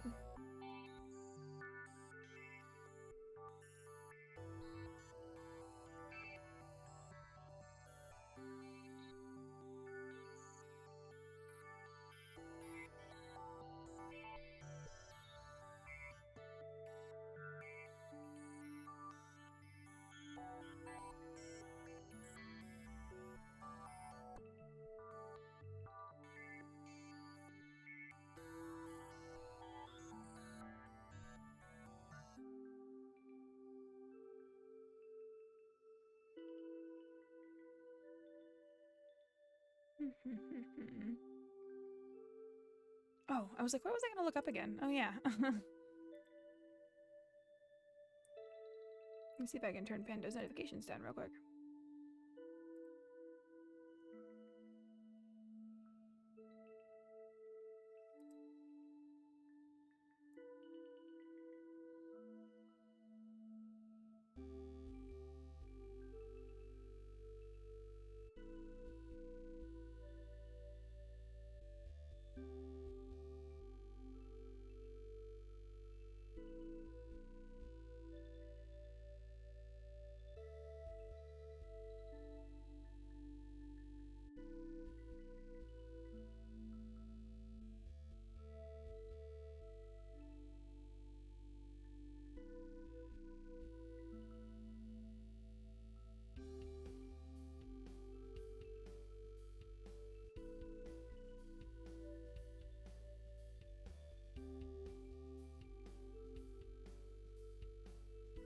Oh, that's interesting. Okay, let's keep that in mind. I can add different things that he says. So it's not just the same thing over and over again. Noted. I'll just play around with that later.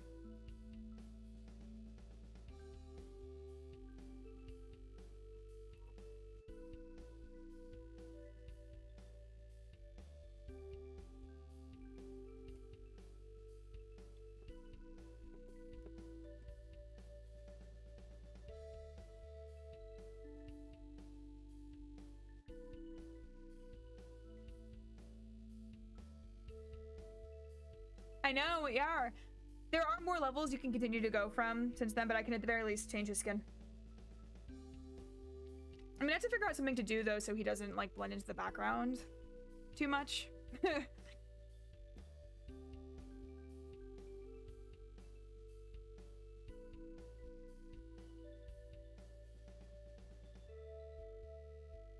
give him a little background.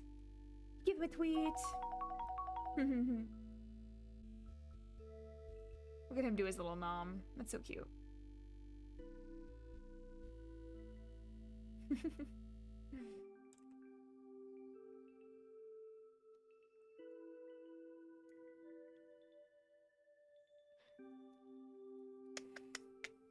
Cool. Alrighty.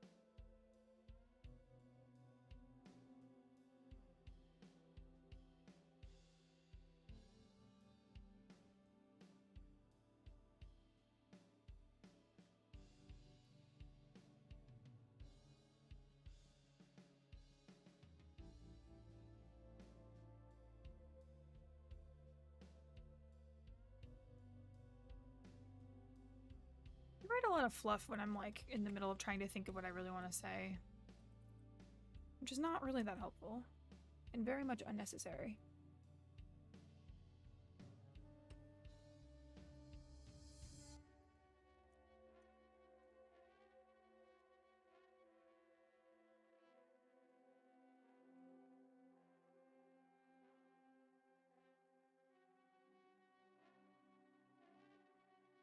Same, I need to work on that. Oh, yeah, me too.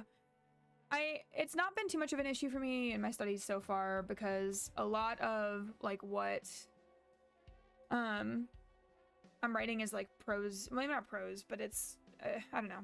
The soft sciences allow for a little bit more flexibility with that kind of stuff. It's the times where I've had classes with like professors who were lawyers, or like my statistics classes that I've had issues where professors have been like, stop with the fluff already, and I was like, but I don't know how to not fluff.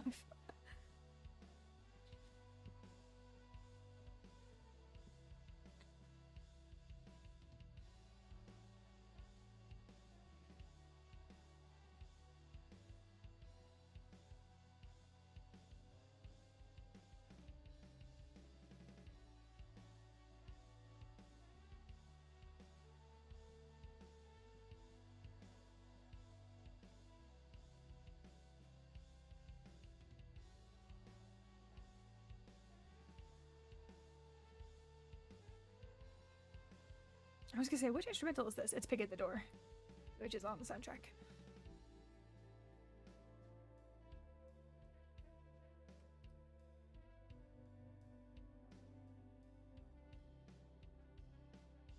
I have the opposite problem. I also struggle with hit word page minimums because I'm too direct.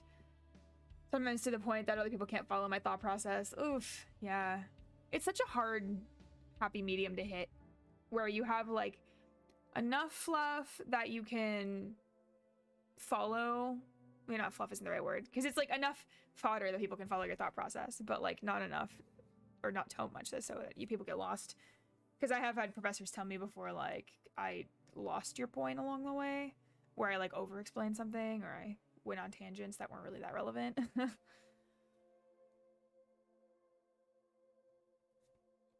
My issue is the opposite, because I always have a hard time hitting the maximum word page with mine.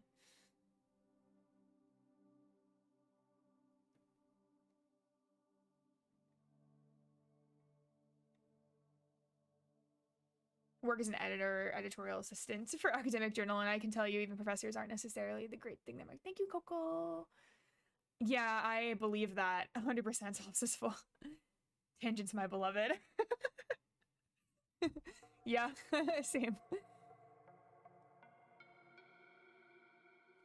I talk in tangents too. Like, I don't do it as much on streams, I don't think. But like, and also streams are usually a lot more chill, so it's not much of an issue, but I'll be having like a conversation with somebody, and I know it's a good conversation when we talk about like 20 different things in a conversation and I keep going off tangent.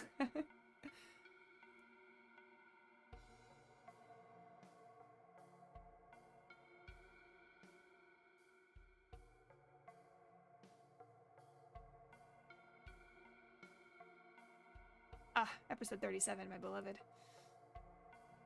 Verbal footnotes. Yeah, verbal footnotes.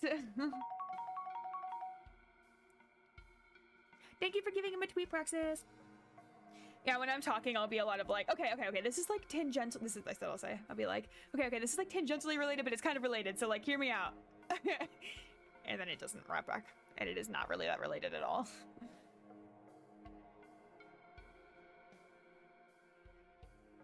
I'm trying to get better at just straight up asking people, like, do you know what thing is? Yeah, episode 37, my beloved, for non-soundtrack reasons. Episode 37, my beloved, for both soundtrack and non-soundtrack reasons.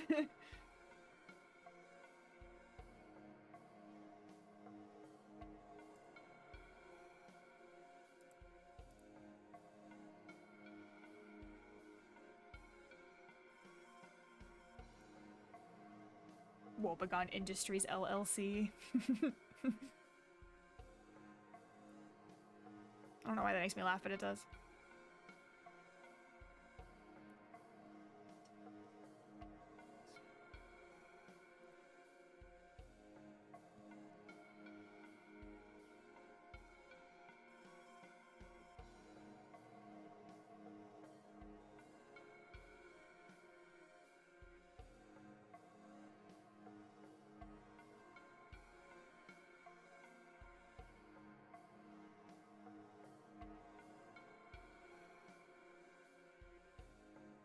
brew. Get your head in the game. And to head back. Love you. Good luck on studies. Thank you all. Love you too, Forte. Good luck with work.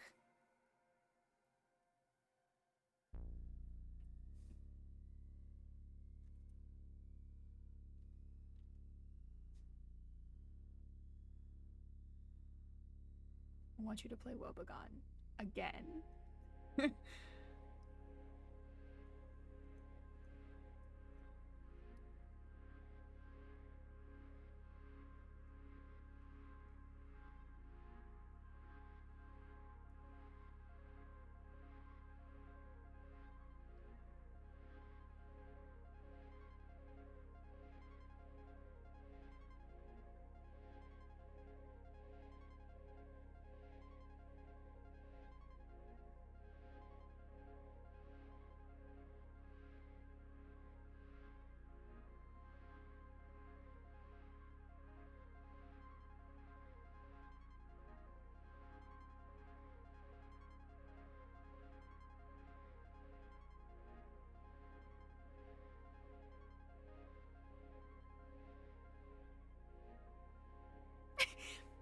I read a line from my textbook as heterosexual murderers, and I went,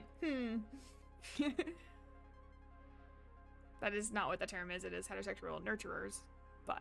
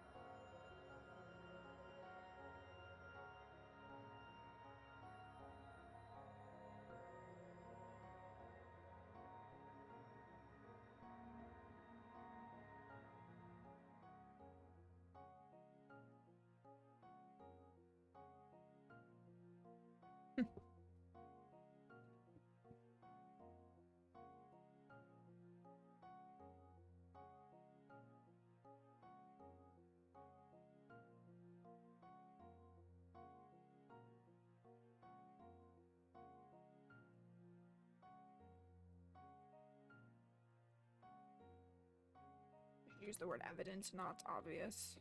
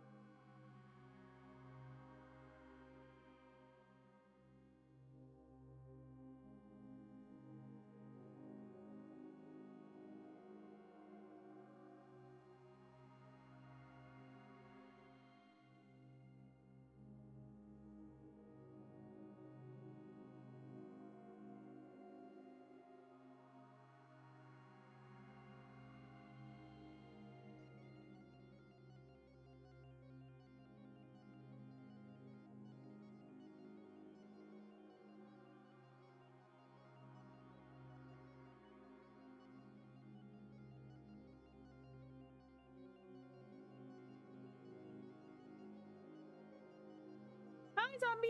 How you doing? Welcome in. We're having a pretty chill study session today.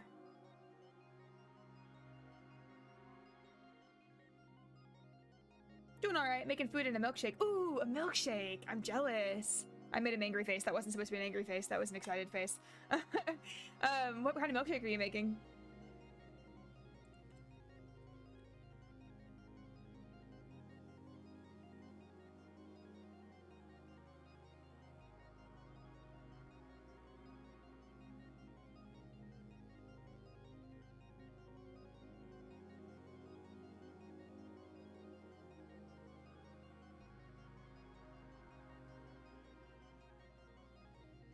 Protein shake because I'm working on my diet. Ooh, that sounds good too, though.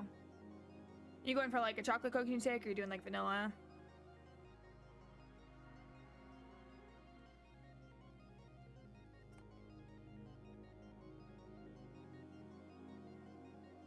Ooh, I should make smoothies. I haven't made smoothies in a while. And we definitely have the fruit for it too. I might make that after stream. Banana and peanut butter with proteins, vanilla. That sounds amazing. Ugh, I'm jealous.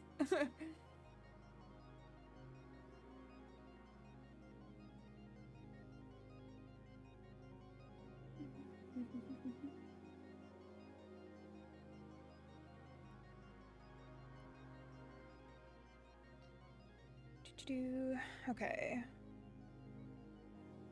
Higher variability. Yeah. All right. That makes sense. Put ice cream in it sometimes because my diet is very, very forgiving. That's awesome, though. I've always been like a little too afraid to diet because I have very little self-control. A smoothie would be good for your stomachache, maybe. Sometimes what I find helps me when I have a stomachache is just to like, if I can find or think of something that does make me kind of a little bit hungry, just to make it, because then your body can keep it down. As long as you don't have any issues with like dairy, of course, Claude. That might not be the move if you do.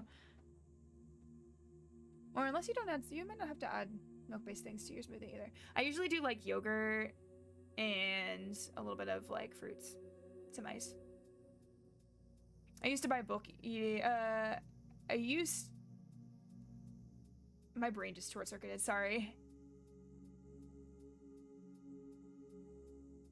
Used to bulk buy eating McDonald's a lot. I would eat 2 double quarter pounders, large meals. That sounds like a lot of food.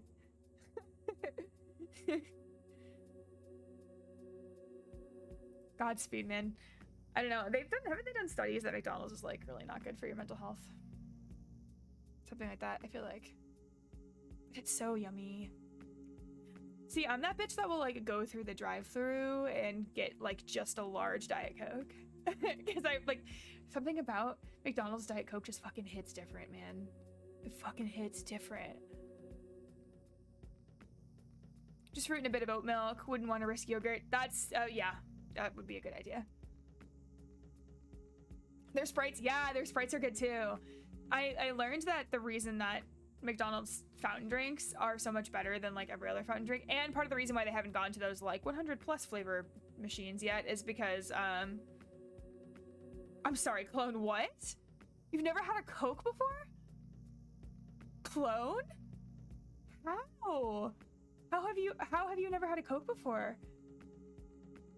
I mean, good for you. It's if you can avoid the soda hole, avoid the soda hole, but oh my lord. Nope. Or a Pepsi. You're blowing my mind right now. Have you had any other kinds of sodas, or just like the regular types? Is that what you're talking about? I'm gonna finish my thought. Okay. No, part of the reason why McDonald's sodas hit different and they haven't switched to the 100 plus machines yet is because they have a special deal with Coca-Cola where they get more syrup added to it. Like their syrup is like a little bit special, and it's more of the syrup concentrated in each of the drinks, which is why they have so much more flavor than like other ones. You've had Sprite and Fanta. Okay, so things without caffeine. Is it a caffeine thing?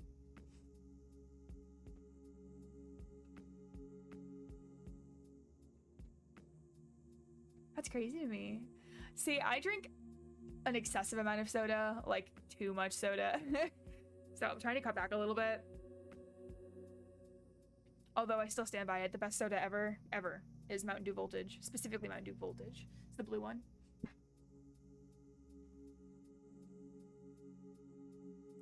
It is.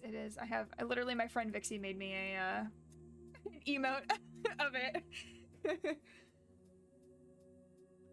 Not anymore, but my mom was worried about caffeine and fast food, and I haven't had either now that I'm older. Hey man, again, if you can avoid caffeine, avoid caffeine. Caffeine is like such a dangerous hole to fall into. I've had a caffeine addiction pretty much since I was in like middle school, I think, and it's because I used to drink a lot of soda.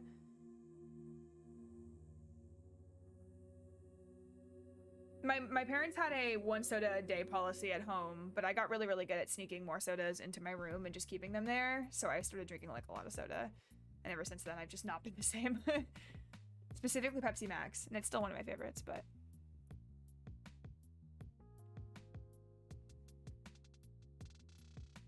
I like Mountain Dew Baja Blast. Baja Blast is fucking amazing too. Something about those blue toned Mountain Dews just hit different, you know? Now I have at least a coffee a day now, so it didn't work. Rip. This is not based in any actual... I mean, I haven't tried to base this in any actual facts yet, but I feel like you might be able to find studies to back it up. I believe that it's better to let children have like small amounts of like fast food and soda and like caffeine and like unhealthy things, just so they don't develop a craving for it as they get older. Because a lot of my friends who I've talked to who had parents were like super health nuts who wouldn't let them have like anything like that are the kinds of people who, as soon as they got old enough to get their hands on it on their own, have like developed stronger addictions to it, to like sugar and such. But it would be a really interesting study to do. What really put me in the hole was when I was starting at my office job and I needed a cup of coffee every day to be able to function. Because that job was so boring and just taxing on my soul. So like, yeah, ever since then it's been downhill from there. She wasn't like super strict. I was just a stuck-up kid. Okay, so it sounds like that was on you then, clone. That's still valid. That's me with college. Oh, going like getting your hands on like the things that you can have now that you can have them. Zombie, is that what you mean?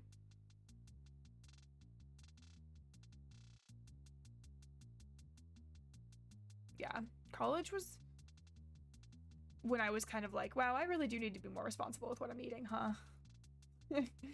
And we had, especially freshman year, this is great actually. Freshman year of my college, we had a 24-hour Starbucks on campus, and we had a 24-hour dining hall on campus that was like always stocked. So I was able to, well, I guess it wasn't actually 24 hours, but either way, it was open like until late hours. The dining hall was open 24 hours, the Starbucks wasn't, but either way, they were open until like really late hours, and I was always able to go there. And ever since then, I've been able to have like food whenever. And like freshman year and sophomore year of college, I had a limited number of swipes to get into the dining hall, so I could just go whenever I wanted to. Nah, coffee a day. I drink a Monster can every day. Oh, that's like my dad. My dad does the same thing. Except not with, yeah, with Monster rather than coffee. Zombie, though, believe it or not, that's not the worst I've ever heard. I had a friend on the softball team who would have to drink like 4 Red Bulls a day to be able to function. Like, caffeine addiction was so severe. Yeah, Zombie, that's like one of the best ways to learn. It's unfortunate when it happens, but watching people around you struggle with it can be pretty motivating. Target gives you free refills on coffee. There's a Starbucks in. I did actually know that, but I haven't tested out the theory yet. Have you tested it out? I might have to start doing that.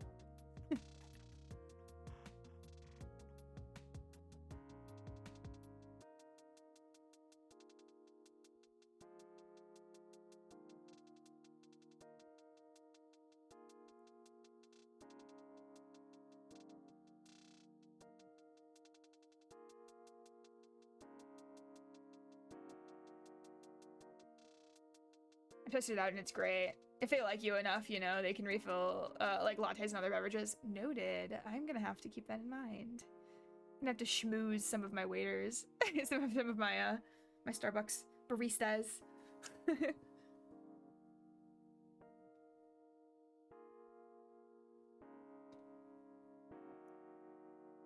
I don't normally get like plain coffee when I go to Starbucks and stuff though.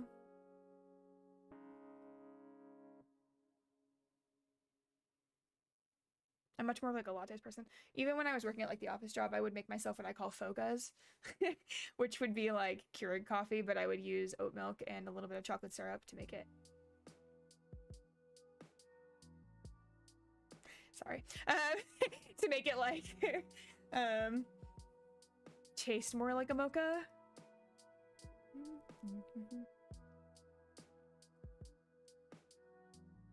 I've had to do that too. My best friend's brother worked at Starbucks. I do that. Yeah. Sorry, theme song distraction for real.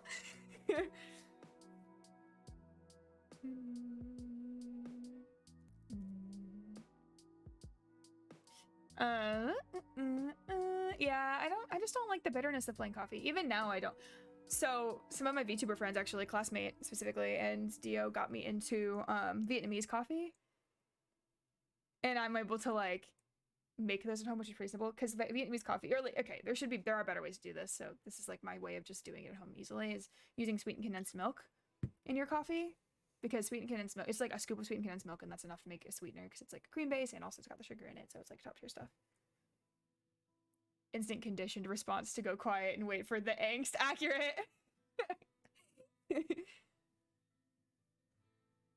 It's like getting G-noted. I got G-noted by the w.bg theme song.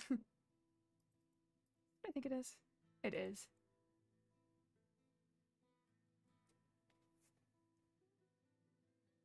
Vietnamese coffee is like addicting. All my fave coffees use sweetened condensed milk. Cuban coffee is the best coffee. I've never had Cuban coffee. Ooh. What's the difference? This is kind of an ignorant question, but what is the difference between Vietnamese coffee and Cuban coffee? Because I know Vietnamese, generally speaking, is like, you would use Vietnamese as either espresso or like Vietnamese coffee over ice.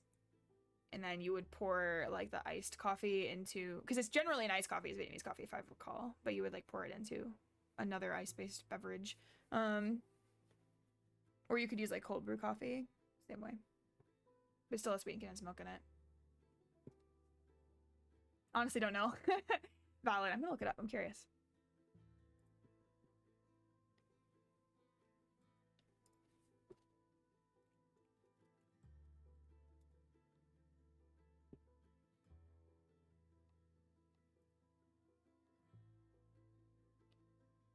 Cuban coffee is... Wait, come back. Where'd it go? I lost it. A strong dark roast espresso is what Cuban coffee generally is. And then you sweeten it with sugar.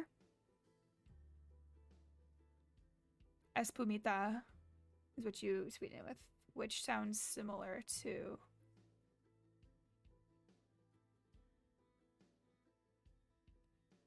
sweetened condensed milk, sort of.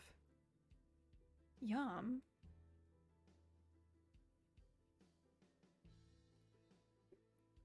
Add the granulated sugar. Add the first few drops of espresso from the espresso maker into the sugar. Add a few drops of espresso so it's concentrated. So it's making like a sugar froth with espresso. That sounds so fucking good. Oh, that looks so good. Oh my god.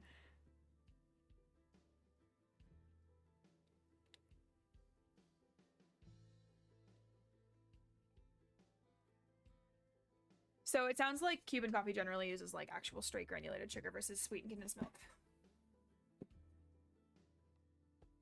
But it's just like sugar you put a little bit of espresso into and then you froth it.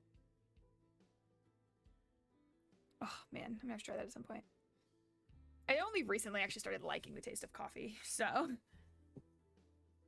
I was laughing to myself because I was just like really craving a mocha, like badly, from like a local coffee shop, but I didn't need caffeine because I'd already had like a monster that day and was like going home to just chill for the rest of the day, so I didn't need to be able to focus. I try to just do energy drinks when I'm trying to focus versus like that. Coffee I only try to drink when I actually need caffeine because my caffeine addiction is already so severe.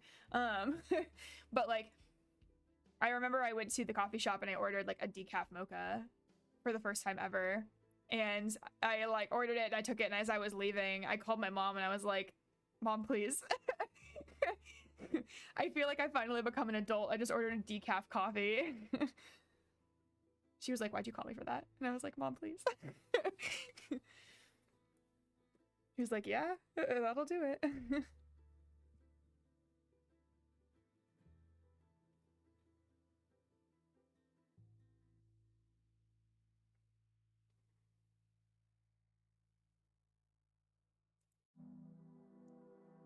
Cleo!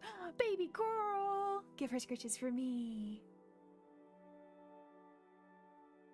Cooking burger. Burger time. I'm also very jealous of burger.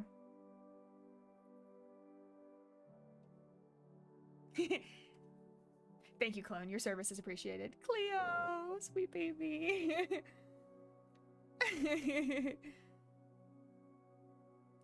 I'm so ready. Zombie, what are you gonna put on your burger? I'm a growing gal. I need to eat lots. You do! Yes, treat yourself.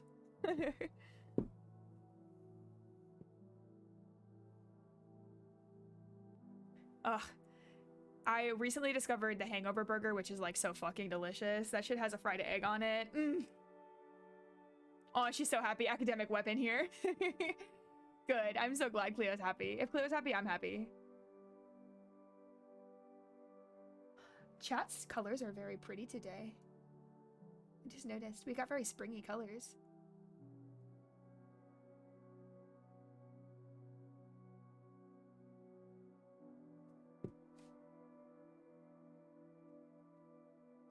Alright, Rue, finish your fucking homework.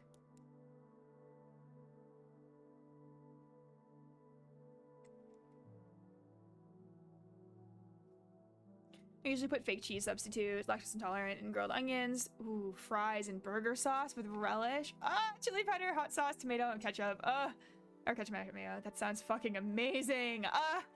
I'm so jealous. I don't do spice. The only thing on there that I couldn't handle is probably the hot sauce. Even the chili powder, though, I'd probably add a little bit of. That sounds amazing. I haven't made a burger in a really long time. One of my favorite childhood recipes is like Salisbury steak, which is literally just like meatloaf, but instead of a ketchup base, you use cream and mushroom soup. Delicious stuff. And it's topped with more cream and mushroom soup. But I didn't have enough space on the pan I was making it with, and I had like extra meat left over, so I fried myself up a burger with it, and that shit slapped. Hot sauce is really light, honestly. Valid. I would be willing to try it. Howdy there, partner. How's it hanging?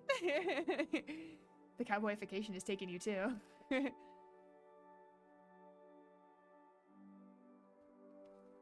We're talking about burgers.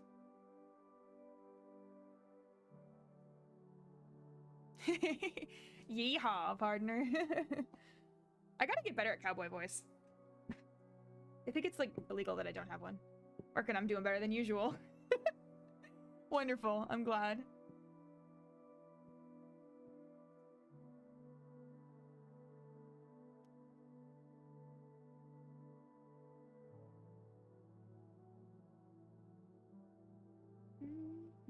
Alrighty.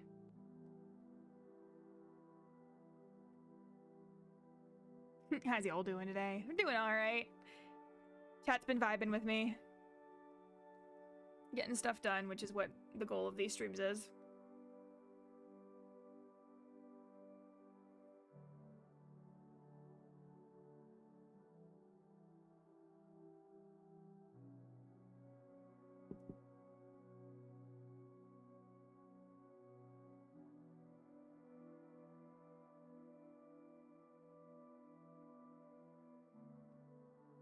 Well, I don't care about that, so I'm not going to read it. Lamau.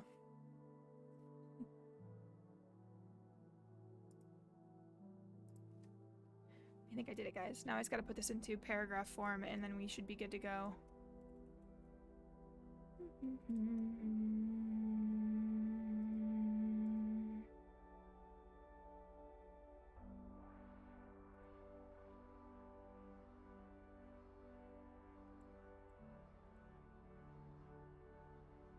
Oh god. My chair keeps slipping down and it's driving me crazy.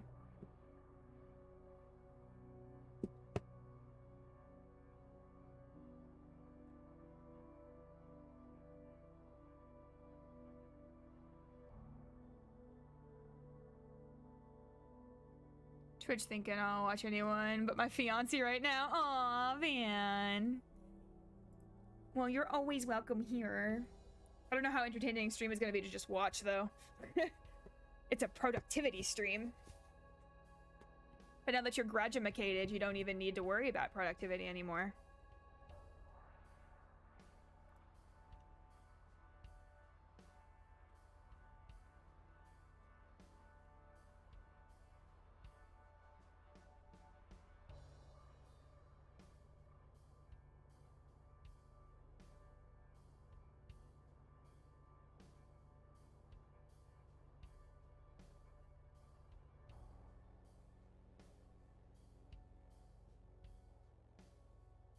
Let's see. I already sent out some of my resumes to get them jobs. Hell fucking yeah, my guy. Proud of you. Oh, why is my face sad? I'm not sad. I'm slipping in my chair.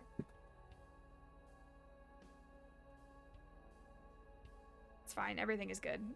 I'm struggling.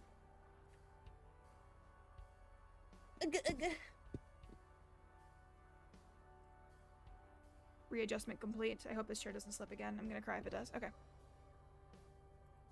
One of my neighbors was getting rid of like a really comfortable looking office chair, and I was like, hey, you guys throwing that chair out? And they were like, yeah, it's like a little bit old. And we were like, I was like, well, hey, I'm looking for a new office chair. If you want me to take it, you don't have to walk it all the way down. And they were like, oh yeah, okay. Thanks to know about it. First of all, it's gotten scratched to shit by your cat, which is fair because Andy does the same thing. Second thing, it does like to slip. And I was like, it's worth it, I'll take it. So I got a new comfortable office chair for free, but it does in fact slip. And that is the most annoying part of it.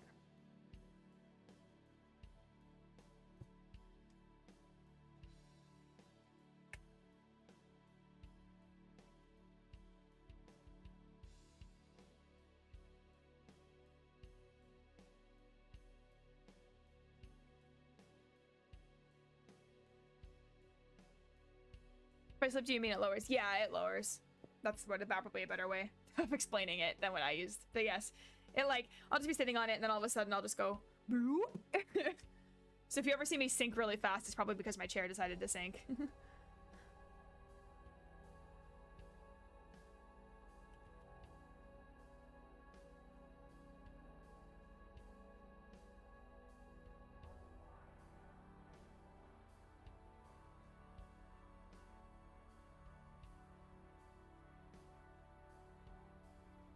Oh nah, my Wi-Fi went down and now I've got ads. RIP!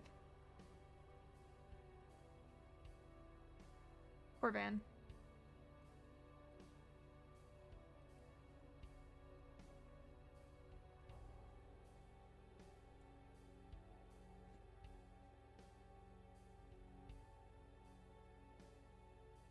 Wall slip works too. I wonder if there's something you could add to keep it from slipping. Make a little Home Depot run. Also, I'm in commercial hell. No!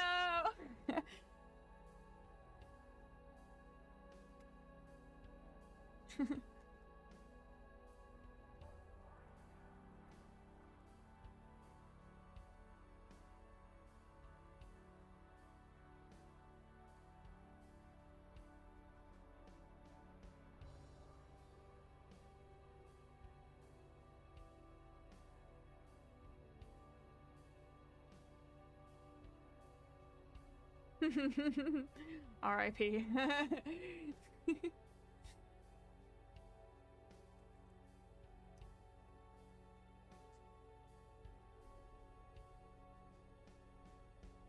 There I go again. You're back. Okay, I was just about to message. If you know anything about what might help, let me know, because I know nothing about. Yay, y'all are saved from Adland. Welcome back. Welcome back. Yeah, if you guys know anything about how to keep it from slipping, that would be great. Do I get revenue? I do get revenue from ads, yeah. Not a lot, but I do get ad revenue, which is why they're there. I think I turned off them being on right when people pop in. Only on episode 97. Ooh. Godspeed, Van.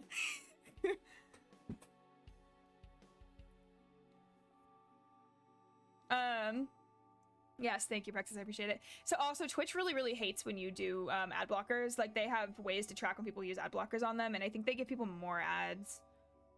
So people actually really, because I had ad blockers on my Twitch for a really long time, and then a bunch of people were like, yeah, like, even if people don't get revenue on their ads, or even if they don't do any of that, then like there's still a really good chance like Twitch is gonna be fucky-wucky with it. Geez, good to know. I'm always on mobile, so no ad blockers. Fair. I mean, it doesn't matter for Twitch, especially because Twitch is an app, but like, I actually bought, or not bought, but I downloaded an ad blocker browser. That works really well. That's been so great. Especially for like, this is such a weird thing I had to tell before, but especially with like recipes. You are definitely not ready to be caught up yet, Van. I'll tell you that now. You can join us all in hell. But yeah, I know the ad blocker browser is great because whenever I pull up like recipes online, you know how a lot of those blogs always have like a fuck ton of ads and they run so slowly? With the ad blocker browser, that's like not an issue for me anymore, which is kind of great.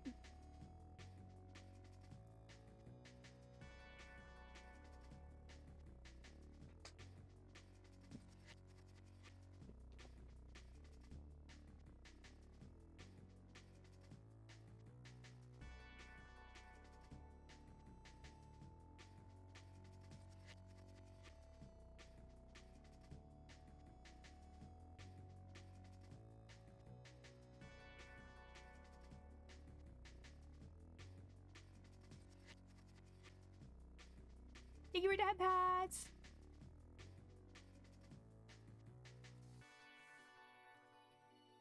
Have I ever heard of Machine Girl? You know what? That does sound vaguely familiar to me. If anything, I just recognize the name though. Like I don't know anything about Machine Girl. Though you can feel free to enlighten me. I would love to know. I'm intrigued by the name alone. Their Neon White album. Ooh, okay.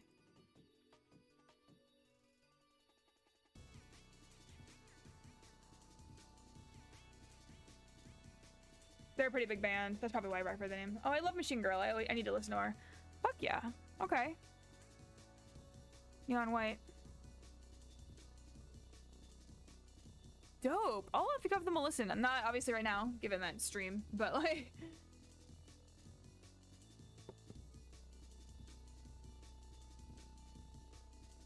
Van, was that a pun? Did you just make a pun? Enjoy their Neon White album the most, and this background music seems less like DNB with some post-breakcore. Fuck me up. Okay. Van, I'm gonna bonk you. No puns allowed in my streams. Unless I'm making them. Or they're in Deltarune, because there's so many puns in Deltarune. Thank you, Van. Fine, you're forgiven, but only because you gave me a head pat. Highs better died weight. I can do that.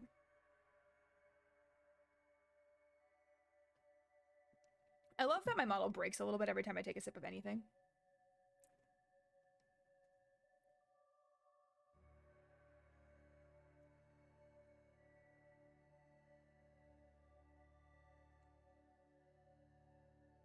Pop, pop, pop, pop, pop, pop, pop.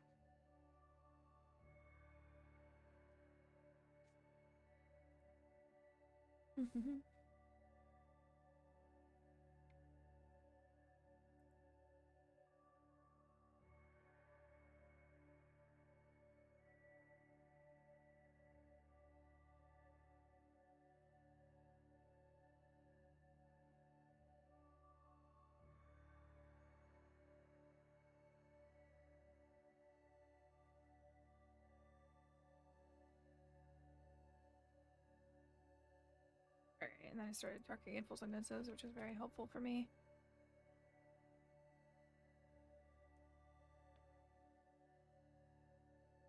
I don't care enough to finish this. I'm getting it submitted. I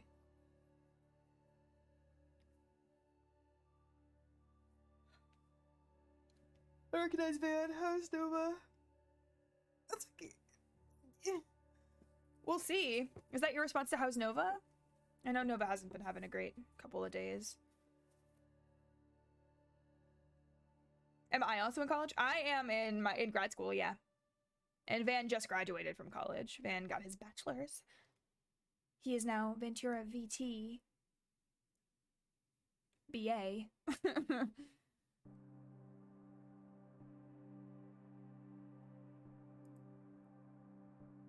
Can I stay here a while? Instrumental. Lamau. Okay, I'm just gonna because we already listened to it.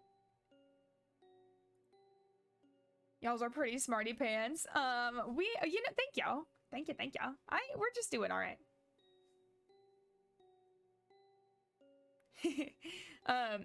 What in Van? Van has, if he just wants to answer, he can cut me off. But Van has a bachelor's in psychology, like myself.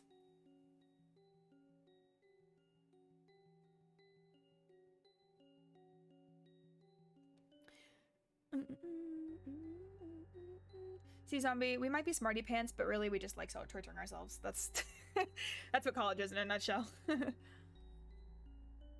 Though I only have a digital copy of my diploma ATM. Real copy is in 4 to 6 weeks. Soon, you'll have it soon. Doing my associates in nuclear medicine. That's dope as fuck, Zombie. Nuclear medicine. I've never heard of that before.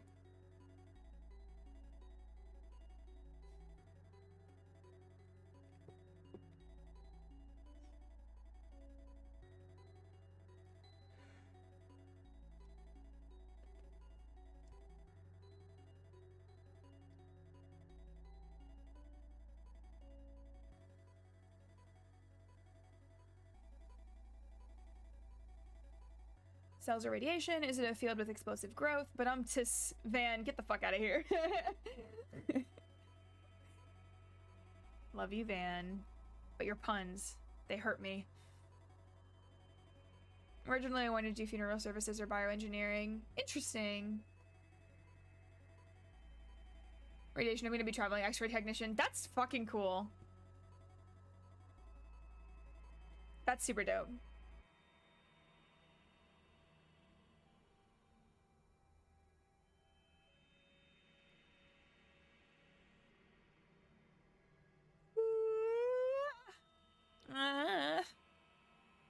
I think Bomb like maybe someday I'll develop a warhead and be a VTuber who created a nuke or something. Be careful with it though. Yeah. I like the idea of just being the VTuber who created a nuke.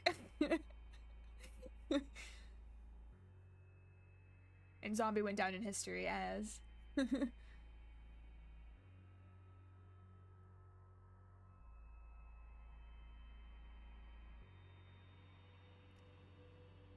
I get to stand behind 300 panels of radiation bulletproof glass. Boy, oh boy. Future textbooks are going to sound ridiculous. They are. Future textbooks are going to sound like they're made up. Which is probably how our parents feel about us and what we're learning in schools.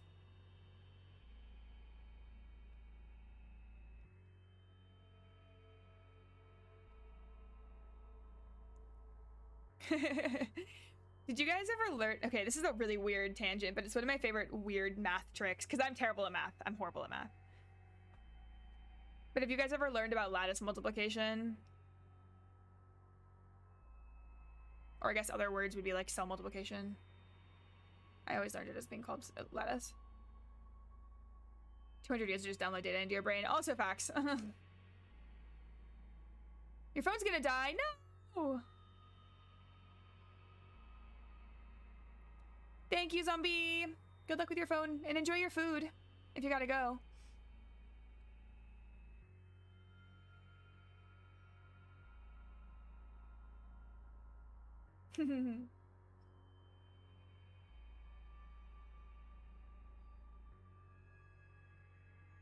God, yeah. Lattice multiplication is such a weird thing. I might get McDonald's and have my food. Godspeed. Go off. I love that for you.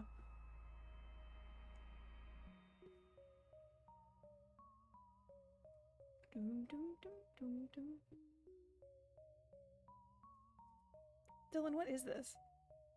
Ah, episode 82. Okay. I fuck with it. I just was not expecting it.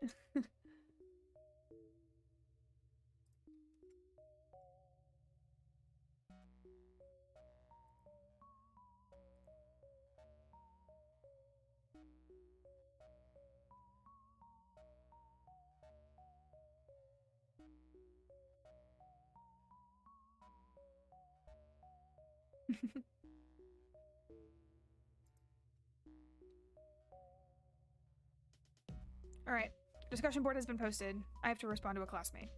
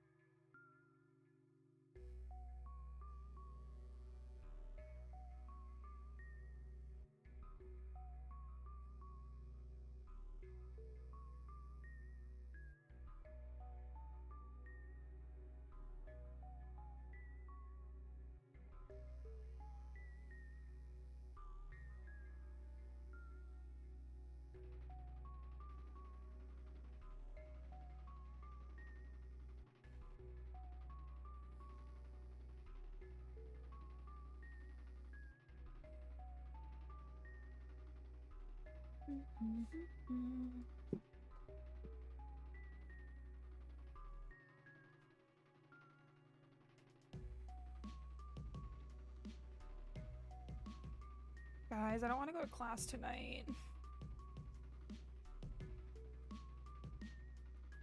I have that legal systems class that my professor's horrible in.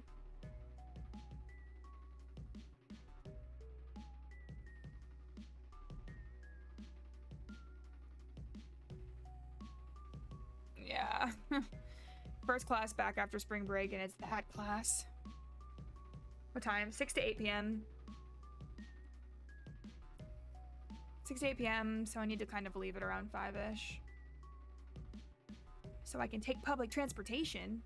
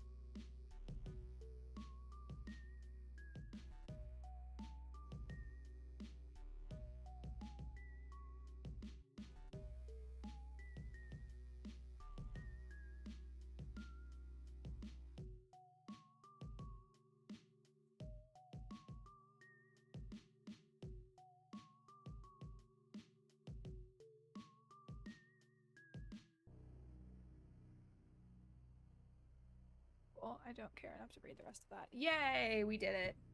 It is done. I posted my discussion board and I responded to a classmate. Yeah, yeet. Yay! Yay, indeed, Rennie. We're getting there. Thank you, guys. Thank you, thank you. With that, I probably am going to call it on stream. So I have a little bit of time to chill and decompress before I run off to the worst class I've ever taken. Oh my god. Solipsisful. The bear with the arms kills me every time I see it. So, alrighty, let's see if there's anybody available who's streaming right now. You guys can all vibe with me to w.bg music for a second. Zolly's streaming! Oh, we're definitely gonna raid Zolly. Zolly's one of my sweet girls, one of my friends. I love her a lot. I'm not tier 3 subbing for w.bg for that, I'm sorry. It's okay, I understand. Understandable. But yes.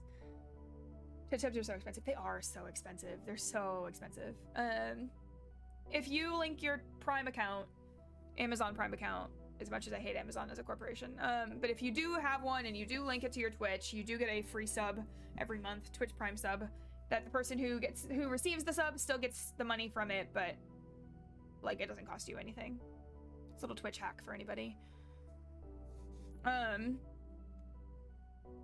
yes, okay. Let us go ahead and raid Zali.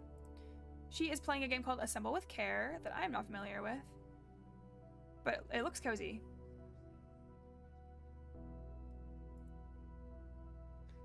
Alright guys. So while I get out of Adlan and Zali streams, I'm gonna go ahead and close out. I love you guys lots and lots. Thank you so much for coming in. I always like hanging out with y'all. Anybody who is here who's unfamiliar with w.bg music, now you've had exposure. But even aside from the music, just hanging out with you guys is always a fun time. So you guys are wonderful. Bye bye. I'll see you when I see you, where I see you on the internet. Bye bye. Mwah. Good luck. Thank you, you too, clone. Bye.